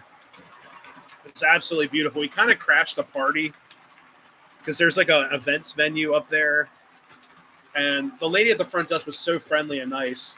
We were like upset. It's like there's nowhere to go to the bathroom around the city.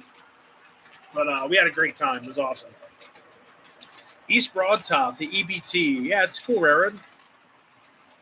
Come to Chicago, best train spot in the country. A lot of fun too. That would be awesome. And I actually would like to take the train up there. I mean, it's a heck of a drive, but I really want to get some Chicago pizza. I really, really want to get like some Geno's East. Unless you know like a better a better place for pizza. But I love my Geno's East pizza. I had that about 10 years ago. It was amazing. Buffalo and Pittsburgh. Yep. Chicago was cool when I was there a while ago. But we went to like the touristy parts. It was fine. I'd love to see Wrigley Field too. You're missing out. I mean, you got to know the city. Like, I mean, I'm not a huge fan of like Baltimore. I grew up in Baltimore, but like the city like scares me. I've been in a lot of places for work that are scary. but not with like the railroad. No, the railroad's cool. But I had a previous line of work, and I had to do field work in Baltimore. Very scary.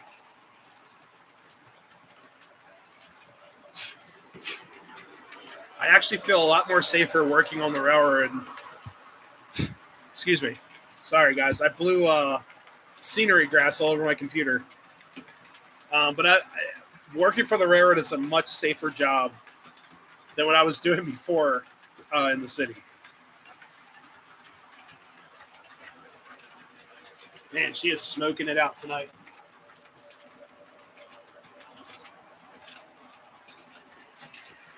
Shoo. Don't like cities. I understand that. Like I said, I'm not a huge city person either. But I went to Pittsburgh. Everyone was like just the friendliest people, guys.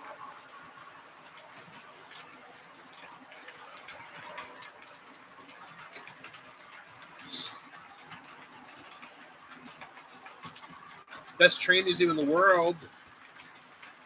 Illinois Railroad Museum. Oh, sweet. That would be really cool to see a different like change in scenery with like railroad museums and such. Because I grew up, like I said, I grew up in the Baltimore area. We had the B&O Railroad Museum, and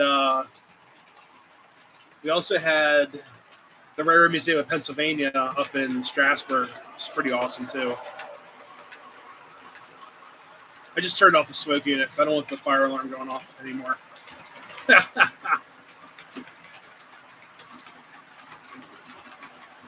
I have heard working like certain tracks and stuff in certain places, it gets a little sketch. I haven't really had anything crazy happen with me. I've heard stories with some guys having issues, but for the most part, we've been pretty safe. We had like a lady get lost once and was like walking the track. That was pretty scary. We escorted her off the railroad. So, aquarium too. I love aquariums. Oh God, the briefing, crime scene briefing. We haven't had anything like that thus far. Excuse me. We had a lady complain that we were being too loud because we had our watchman.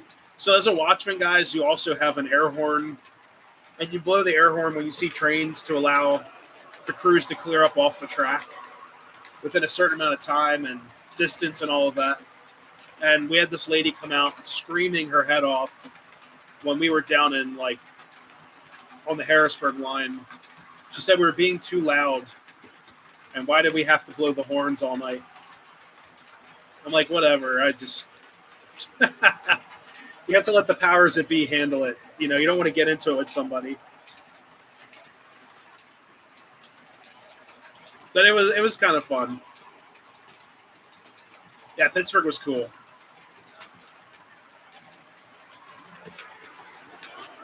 IRM. Oh God. I mean, I love the Railroad Museum of Pennsylvania. It's got so many different pieces and such, but I'll have to definitely check that out.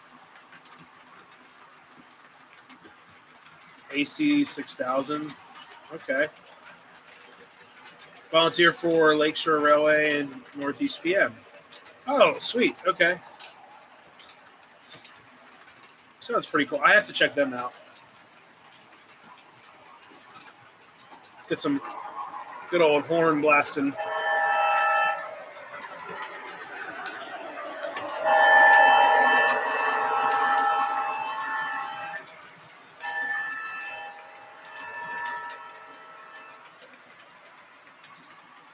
GFW, you guys going to York anytime soon? It'd be great to see you guys at another York show. Because I know I missed you guys at the last one.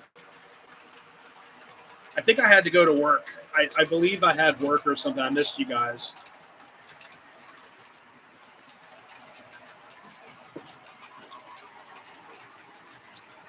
Illinois Railroad Museum. I'll have to look it up. for sure.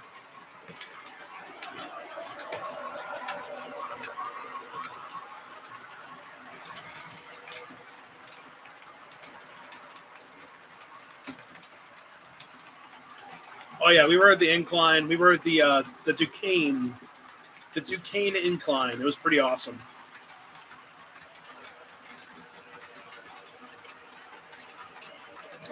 Which York are you guys going to? You going to the spring or fall? I totally missed you guys. It was not on purpose, I promise. I think I was in the Thai gang, and I had to go to work that one night, and I missed you guys.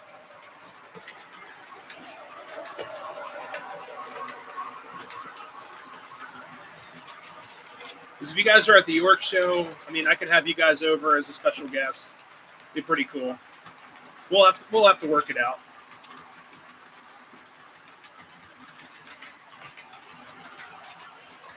I'll have to like run all my like Eastern Railroad stuff for you guys.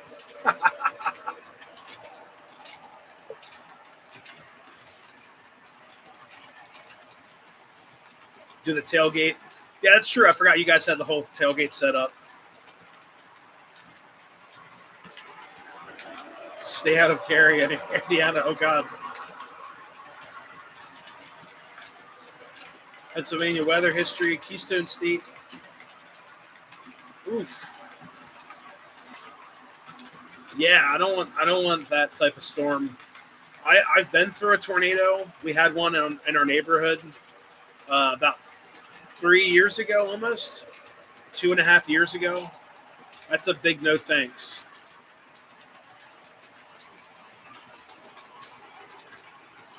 Yeah, Pittsburgh was awesome with that trip.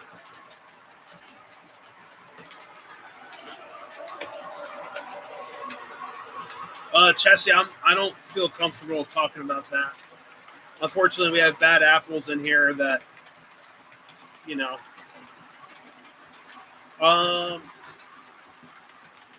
Not sure which one yet. Okay. That'd be awesome. Yeah, unfortunately, there's bad apples here, man. This is the wide world web. Gotta keep my family safe.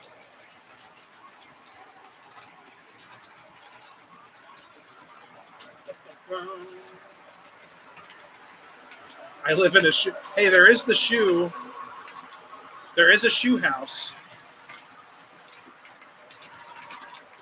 1985 tornado. Oof.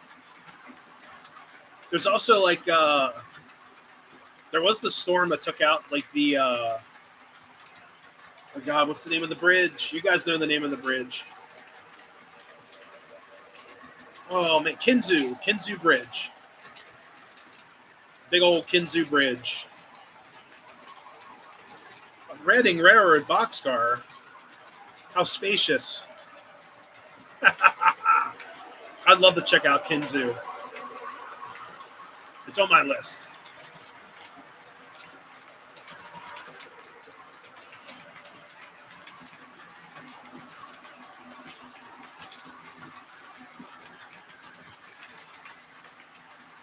Yeah, Kinzu Bridge.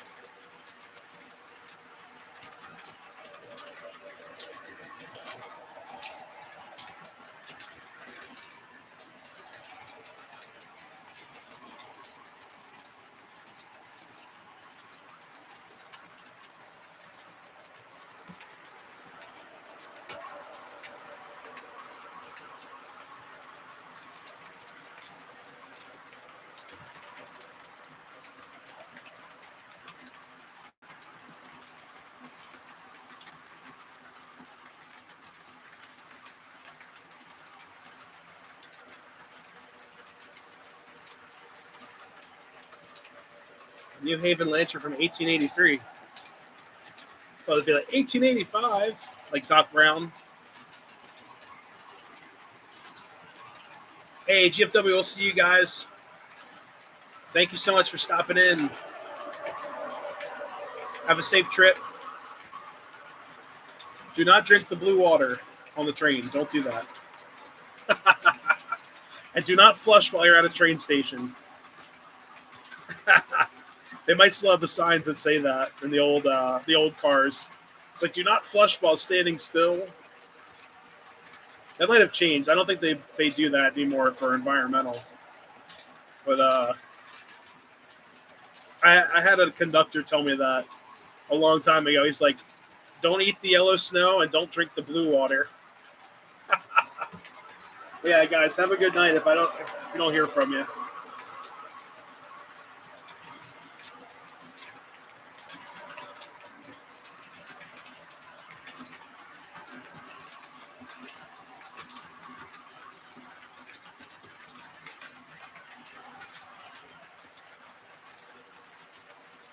Yeah, they used to flush the outside.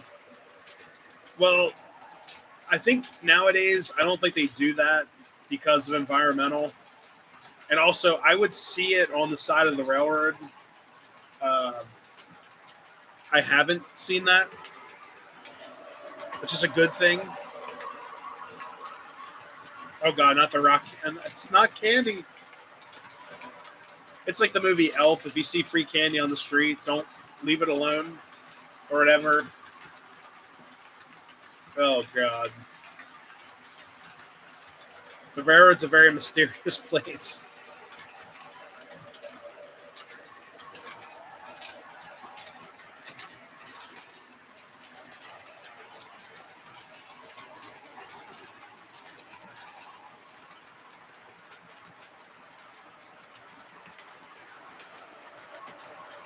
The Lionel sign. Oh God,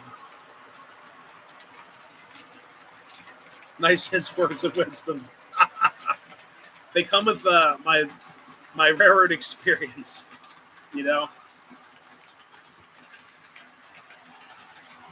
Oh God.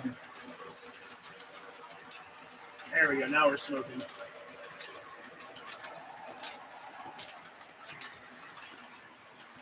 I will say the food on our trains are, depending on which train you're on, it's usually pretty good. I've heard wonders about, like, we've got these like brownies, or it's like chocolate cake, and then there's a steak that we serve on the Western trains that everyone is like crazy for.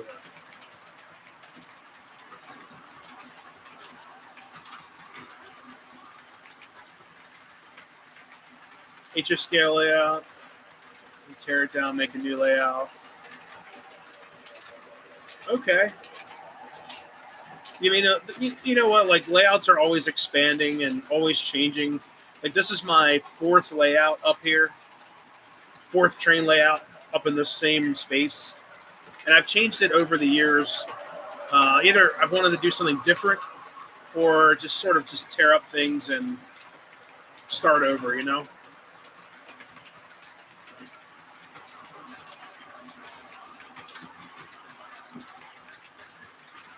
Yeah, that's kind of like what I did with this layout. It goes around the room, or at least half the room, so it allows me to,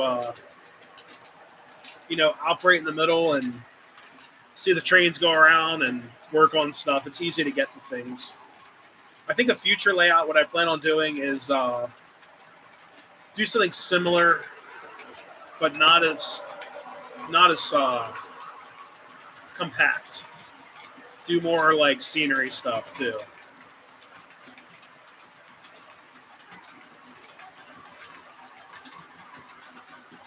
Better and better. Yeah, it is definitely worth it. Like I said, I've redone this layout. Um, what, four times? Yeah, and I've done additions to my old layouts and such, and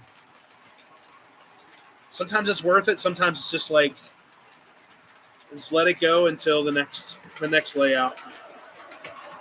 Also, learn a bunch of things from my past layouts. I still have 100 people watching, guys. Thank you all so much.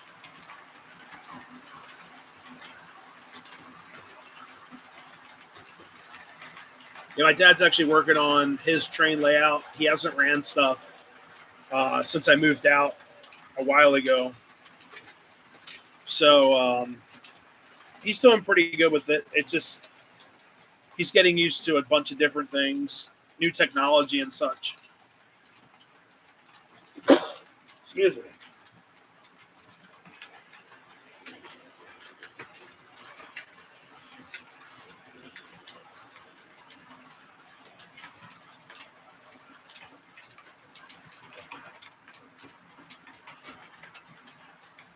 Civil War. Oh God. I think I know my mom's side.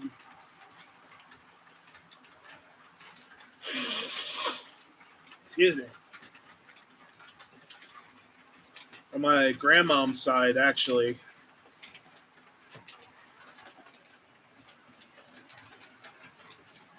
What's up, Train Addict? How's it going?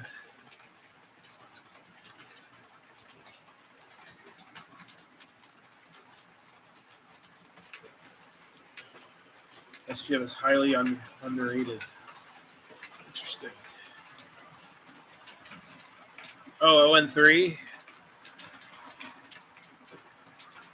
That would be cool. I know some guys with O scale layouts will put an 0-3 layout and do like a logging camp or something, or like a coal mine. I've always thought about doing something like that, but I feel like it's a whole new thing.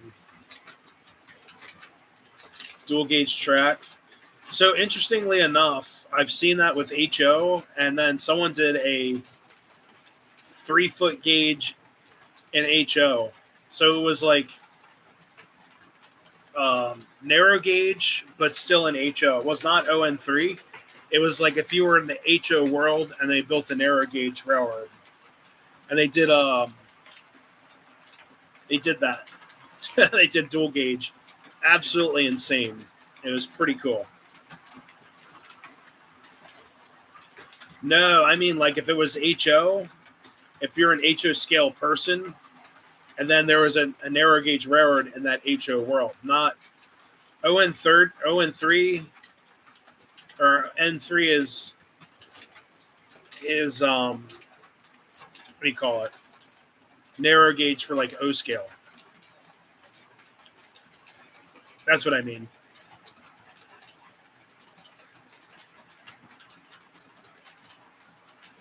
Oh, HON3. Oh, geez. Yeah, that must have been it. It was pretty cool. They put a bunch of different. They allowed a dual gauge in Colorado. That's pretty awesome. I've only seen it in person once, and that was up at the EBT, because they had the 3-foot gauge intersect areas where the standard gauge of the trolley museum or streetcar museum was. So you had like standard gauge, and then it would cross over to 3-foot. It's pretty interesting.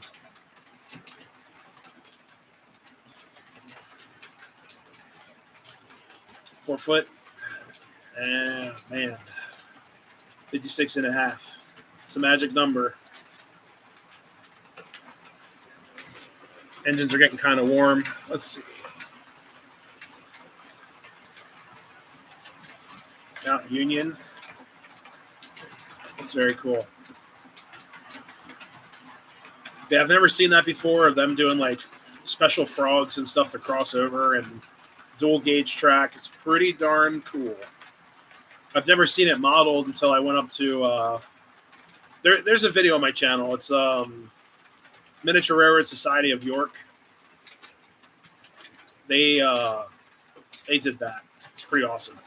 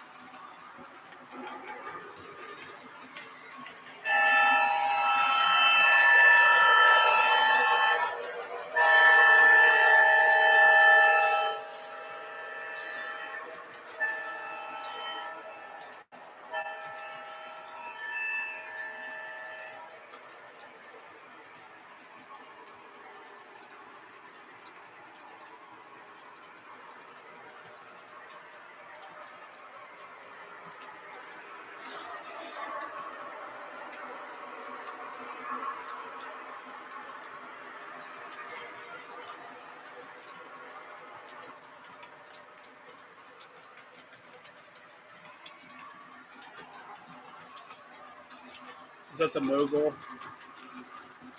I didn't know they had a mogul. Do they have a mogul up there? What's up, David? How's it going? Sorry, guys. Had to like blow my nose and stuff. I'm dealing with some sniffles here. Sorry, guys. Um, they had a few moguls. That's cool.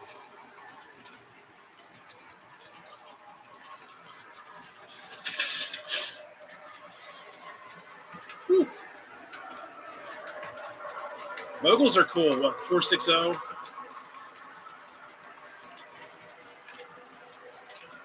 Definitely some of my favorites. 10-wheelers and all that. Number 11 was a 262 Prairie 7280. Wow. 260. Okay. Not the 460. That's sorry. I'm thinking of my G5. It's the 460.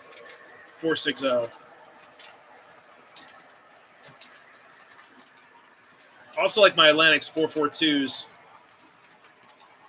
460 is a 10-wheeler. Okay.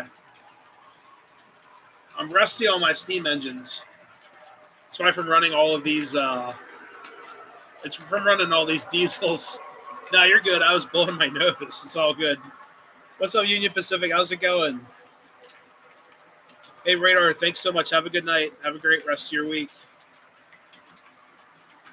David Walker, what is the next thing you want to accomplish on your layout? Honestly, cleaning up some of things to like get it ready for York. Because my buddy Dave always films my layout. And we love Dave. He's one of my best friends in this hobby, in this world. And basically,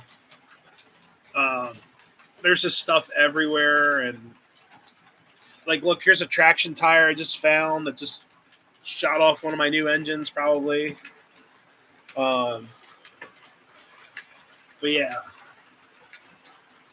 Well, yeah, that would be my goal, is to just get this picture perfect. I don't think I'm going to add anything else to this layout. I would like to,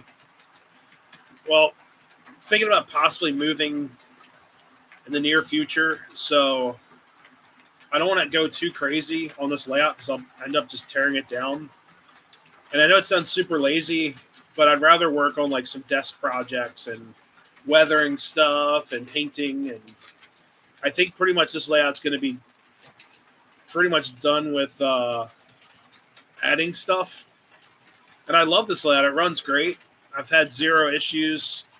My one friend made this layout unrunnable because he brought a Shay that wouldn't clear my bridge, and then his Challenger wouldn't run. But those are like specialty engines, so I'm not too upset about that.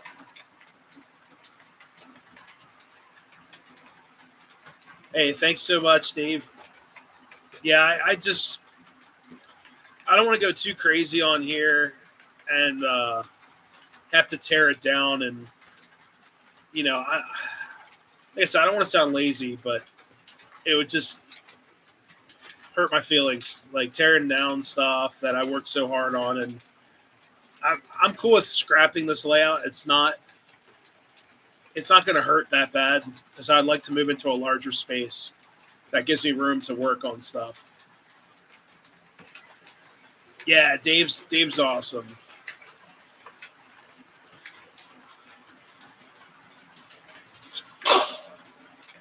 Oh, yeah.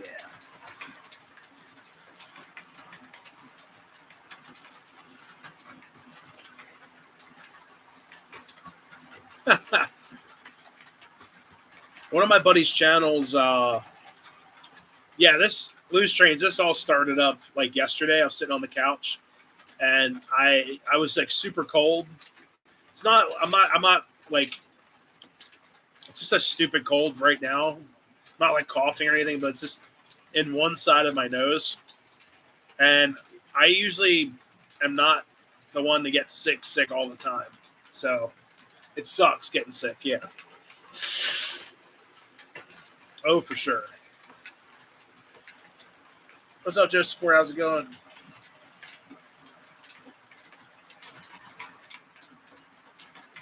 What's up, BNO Scale? How's it going? Whew.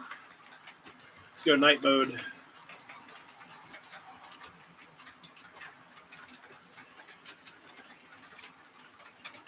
But yeah, I was going to say one of my buddy's channels, he made it so you could run trains remotely. So you didn't even have to be at his house or around his place.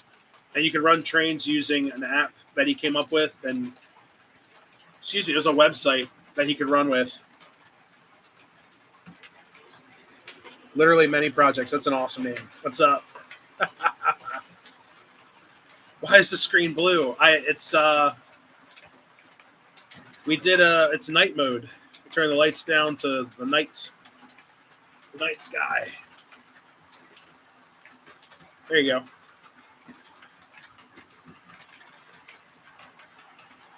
Ooh.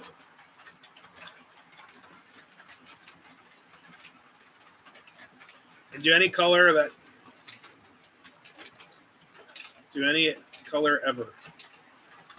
Do green. Oh, it's kind of cool.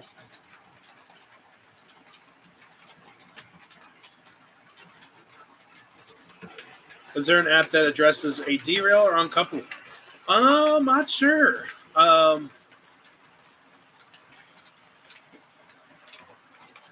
JMR. I'm not exactly sure.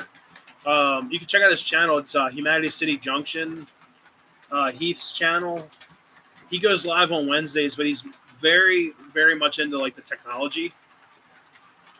But he is way above my head when it comes into technology, and he's also a very, very intricate model railroader and running railroader. He has, like, at one point I think he had like his cars being like classified in his yard and everything. What's up, William? They don't transfer me. I choose where to go. Like I could bid a job up in New York if I really wanted to, but do I really want to go up to New York at this time? Probably not. But that's just the way it is. Like, they don't assign me. I could bump in a job up there, but I just can't get like told, hey, you're going to like Texas or something tomorrow. Like, it's not how it works with us. That's a good question, though, because not all railroads are the same. We operate very differently than the freights. We have a little bit more freedoms. Well, I mean, from my location where I live, it's really far. I mean, but I mean, like someone from up there could come down here to work too.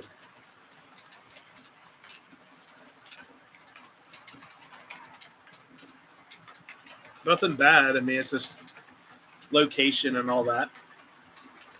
But also, it's the New York. It's really difficult to explain, but up in New York, they don't have certain things that we do, and they follow different procedures than we do here down, and like they call it like Southern District. It's just a different part of how it works. It's all good. Like I think if you work at one of the yards, you have to take a train because you can't access it by foot.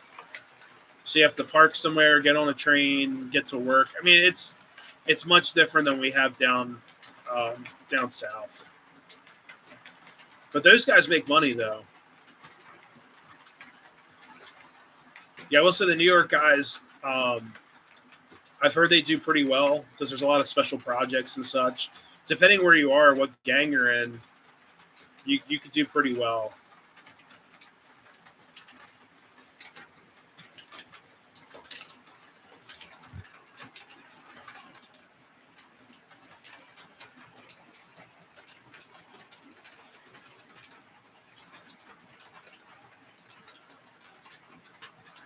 Nah, they don't like uproot the family and do that. I mean, I've had well, most of our offices like 90% of operations and offices are. No, they won't do that. No, that's not true at all. They won't uproot. But 90% of the offices are like in Philly, and then split between like Philly and DC. So like certain offices are in Philly, certain offices are in DC. So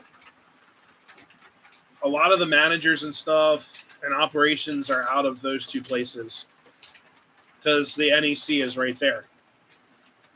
But no, it's not like the freights. Like I had a neighbor of mine work for a freight, and he was relocated for a manager job, and they paid for him to move.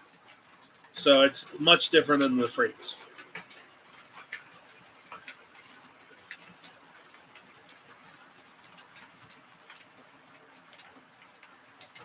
Mm.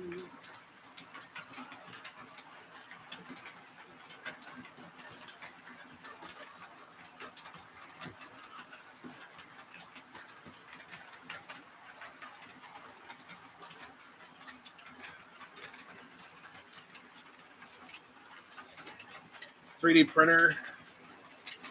3D printers are actually extremely useful, and I'm actually hoping to get one.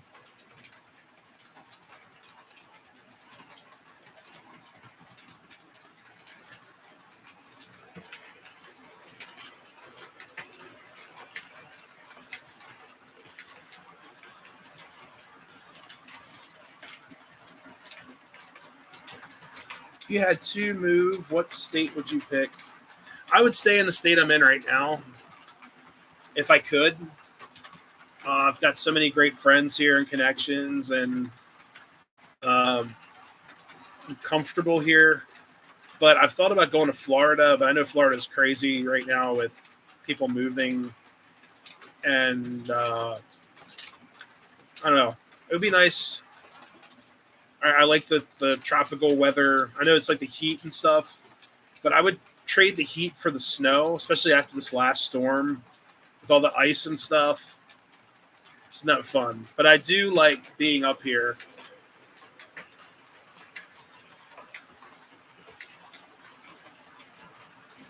Huge 3D printing nerd. Nice. Okay. Yeah, I know. I have a couple friends at 3D print, and they're working on a lot of, a lot of model projects and stuff. I know DB Tech was in the chat earlier. He's got a lot of 3D printing stuff.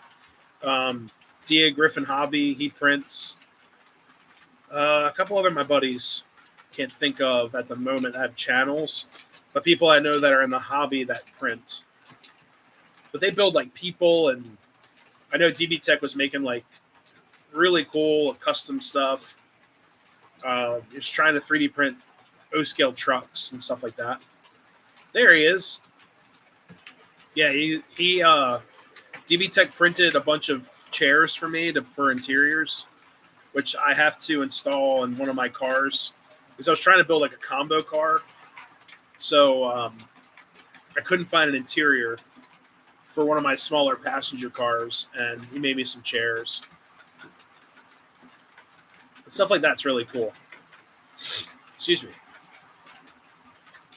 Make an O-scale view liner. Oh, that'd be awesome.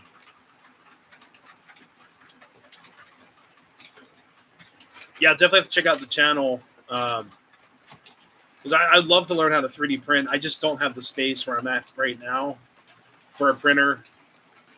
I've got too much stuff up here, and I would like to have a printer in like a nice open space so it can fume and do all that stuff. Because I know that 3D printer can smell and fume pretty bad. I just don't want to gas out my house. And I also don't want to leave the printer run while I'm not home. Heat isn't fun after a few years. Oh, God. Miss the fall colors. Yeah, I get you. I mean, that's the thing. It's like I can always visit Florida. Where I'm at right now for work, I'm comfortable. I like to move a little bit further north. Depends where work is and jobs are available. The resin printer stinks. Oh God. Yeah, I went into one of my buddy's houses. I'm like, something smells like natural gas, and it was the 3D printer. It had like a weird funk.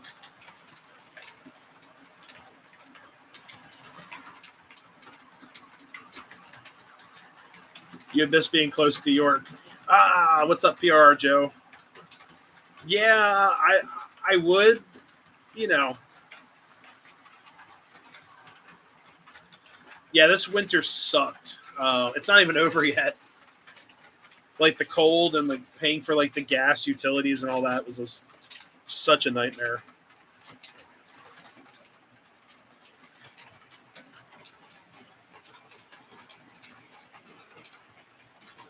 I like it here. It's pretty cool. Plus, I also like the outdoor living and such.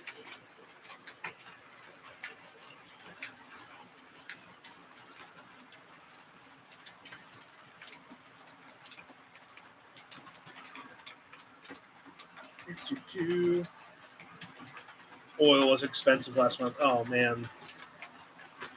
Yeah, that's the thing. It's here, let me get the camera over here. There's a lot of trade-offs. Plus, in like Florida, there's no basement. There we are. But yeah, no basements in Florida. If you do have a basement, I've heard it's like very expensive, and you don't want a basement in Florida because if it floods or we get a hurricane or whatever, it's a nightmare. Don't have to work outdoors anymore. Oh man. Yeah. Yeah, more time to work on the layout. I don't have that luxury quite yet. Sucks we have to use the trade money. Hey, what's up, Ken? Oh man. What's up, Newt? Yeah, it's still going. We got 124 people watching. So 137, it just shot up. So once you entered the room, we had like 15 more people. But yeah, we're still going. I mean, not too much longer though. Unfortunately, I have to go to bed, and it's that new guy again. Yeah, unfortunately, I eventually have to go to bed and try to stay up later so I can reverse my sleep schedule for tomorrow, so I can work tomorrow night, and then try to undo that for the next day. It's gonna be crazy. We're gonna see if we're gonna go to Allentown or not. I'm still contemplating. Really depends how I feel, and we'll see. I mean, I wasn't planning on going to the Great Scale show. I ended up going to that anyways.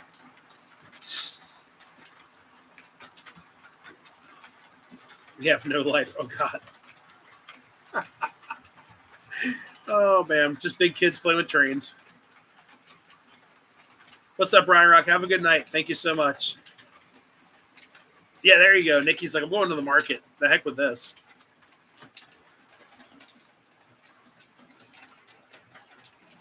Yeah, it is an adjustment.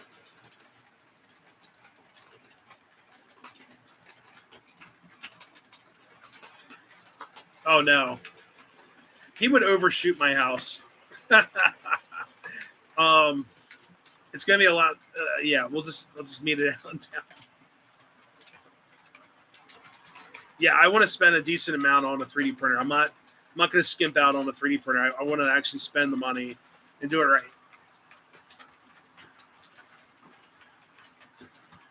Won't find anything in Allentown. I'm actually looking for a couple things, and that's the dangerous part. I'm looking for... Yeah, you have to double back. I'm looking for a GP7 or GP9 chassis or body with motors and everything, so I can fix up one of my units. I'll be honest with you, if our buddy from Just Trains, Pete, has boards, I'll probably end up just buying a Protosound 3 board from him. I've got 3 locomotives that need Protosound 3 boards. I've got a PFA, or was it a PFA, or what the heck is it? A P5A that needs a board. I've got a BL2 that needs a board. I've got a AEM7 that needs a board, and my Hudson, which is down here, probably needs a board soon. That's 4 boards. That's $800. I don't have that right now, but yeah. What's up, Great Western? How's it going? I don't mean this. Oh God, Septa. Yes, we do have an Aldi, which is awesome.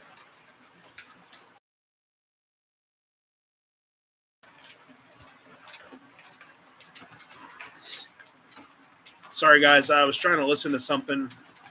One of the wheels is squeaking. Yeah, it's it's up there somewhere. I was like, what is that? Want to make sure it wasn't the microphone feeding back from my camera into the computer too. My favorite model that I have.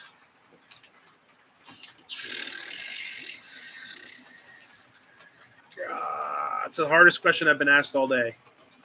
Between that and what do you want for dinner? My favorite model that I have.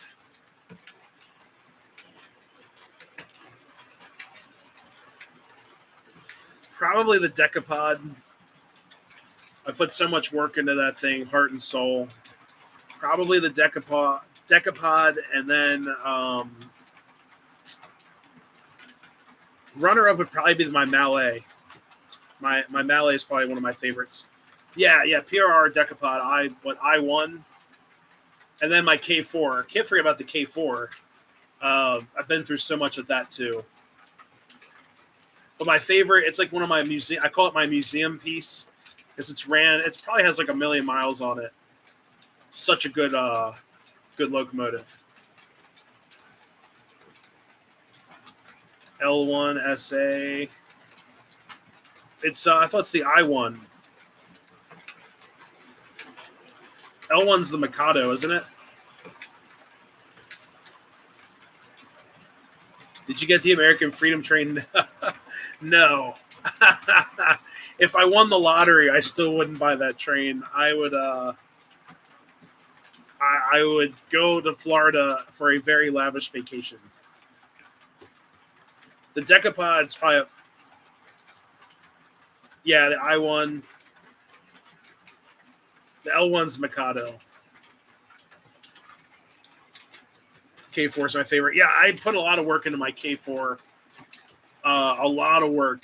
It needed all new like moving parts and such.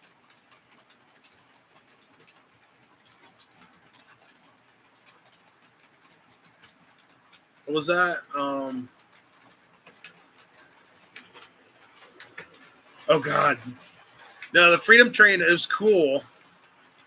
I'm not shooting it down, but it's just not for me. Oh yeah, 1361. The Freedom Train is like it's cool to look at. Like I went to go see the Freedom Train #1 at the BNO. It was really cool to see because I've always seen that engine in parts in the yard. I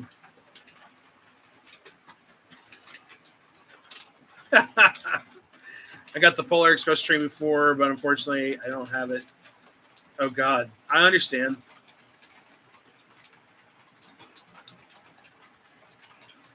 Yeah, So Dave, yeah, same here. It's I don't have Lionel money like that. I just don't.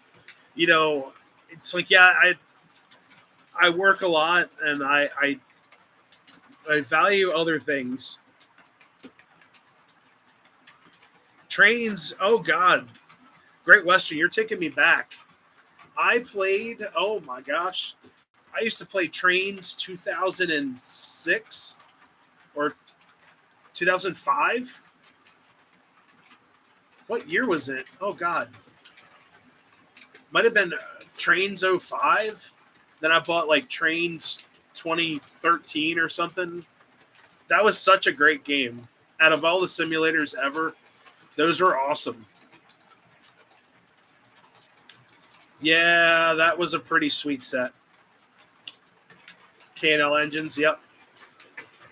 I'm not much of a simulator collector anymore because I'll be honest with you guys, like when you buy these like train simulators, it's almost like you're collecting model trains over again for the price and the cost of like the models that you buy that people make. It costs sometimes as much as buying like a train car. It's like $50 an engine or something. It's pretty cool. 2026. No, I'm talking like back in the day, 2006. I was like in middle school. I played Trains. It was called Trains Simulator, and it was from a company called Aran, and they were an Australian company. I think it was Aran Industries or Aran Technologies or something. They made all these simulators that were awesome. It was before like Train Simulator. Well, Microsoft Train Simulator had their thing. It was like right like next to Microsoft Flight Simulator. But then Trains was like their biggest competitor. And it was a lot of fun. Those games were really goofy. They had some really nice maps. They had a lot of narrow gauge stuff. They had like a Whitcomb engine, which is super cool. And then they had like a little Plymouth you could sit in and do all that. But anyways, guys, I'm going to call it a night. I am exhausted. I got to get to bed to try to reverse my sleep schedule back. Try to stay up till like 2 a.m. and then go to bed. And then you guys know how it is. If you ever worked nights, yeah, you guys know how it is. But we had such a great turnout tonight. Thank you everyone for stopping in. I really do appreciate your love and support of the channel. If anyone's watching and hasn't subscribed yet, please do. It helps out.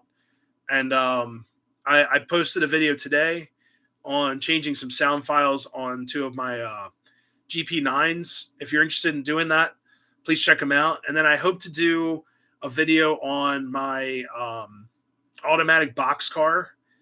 We're going to take that same technology, same idea, and incorporate that into a baggage car next. So I'm going to show you guys what I did with the boxcar, same ideas and all that. Then we're going to transfer that technology and know-how to a baggage car. So hopefully I'm going to start that soon. I need a couple of parts. They're on the way from various Chinese companies on Amazon to get boards and such. So we'll see how it goes. But anyways, guys, thank you all so much for stopping in. Have a great rest of your week. Stay strong. Today was a free day for me. So, yeah, guys. And hopefully I see some of you at Allentown. If I'm there, I might post like a community thing, but if I'm not going, I'll post a community thing. If you don't see a community post, that means I'm probably going. Most likely I'll be there because a lot of my buddies are there, and it's great to talk to you guys and see all the cool new stuff. But anyways, guys, happy railroading. We'll see you next time. See you guys.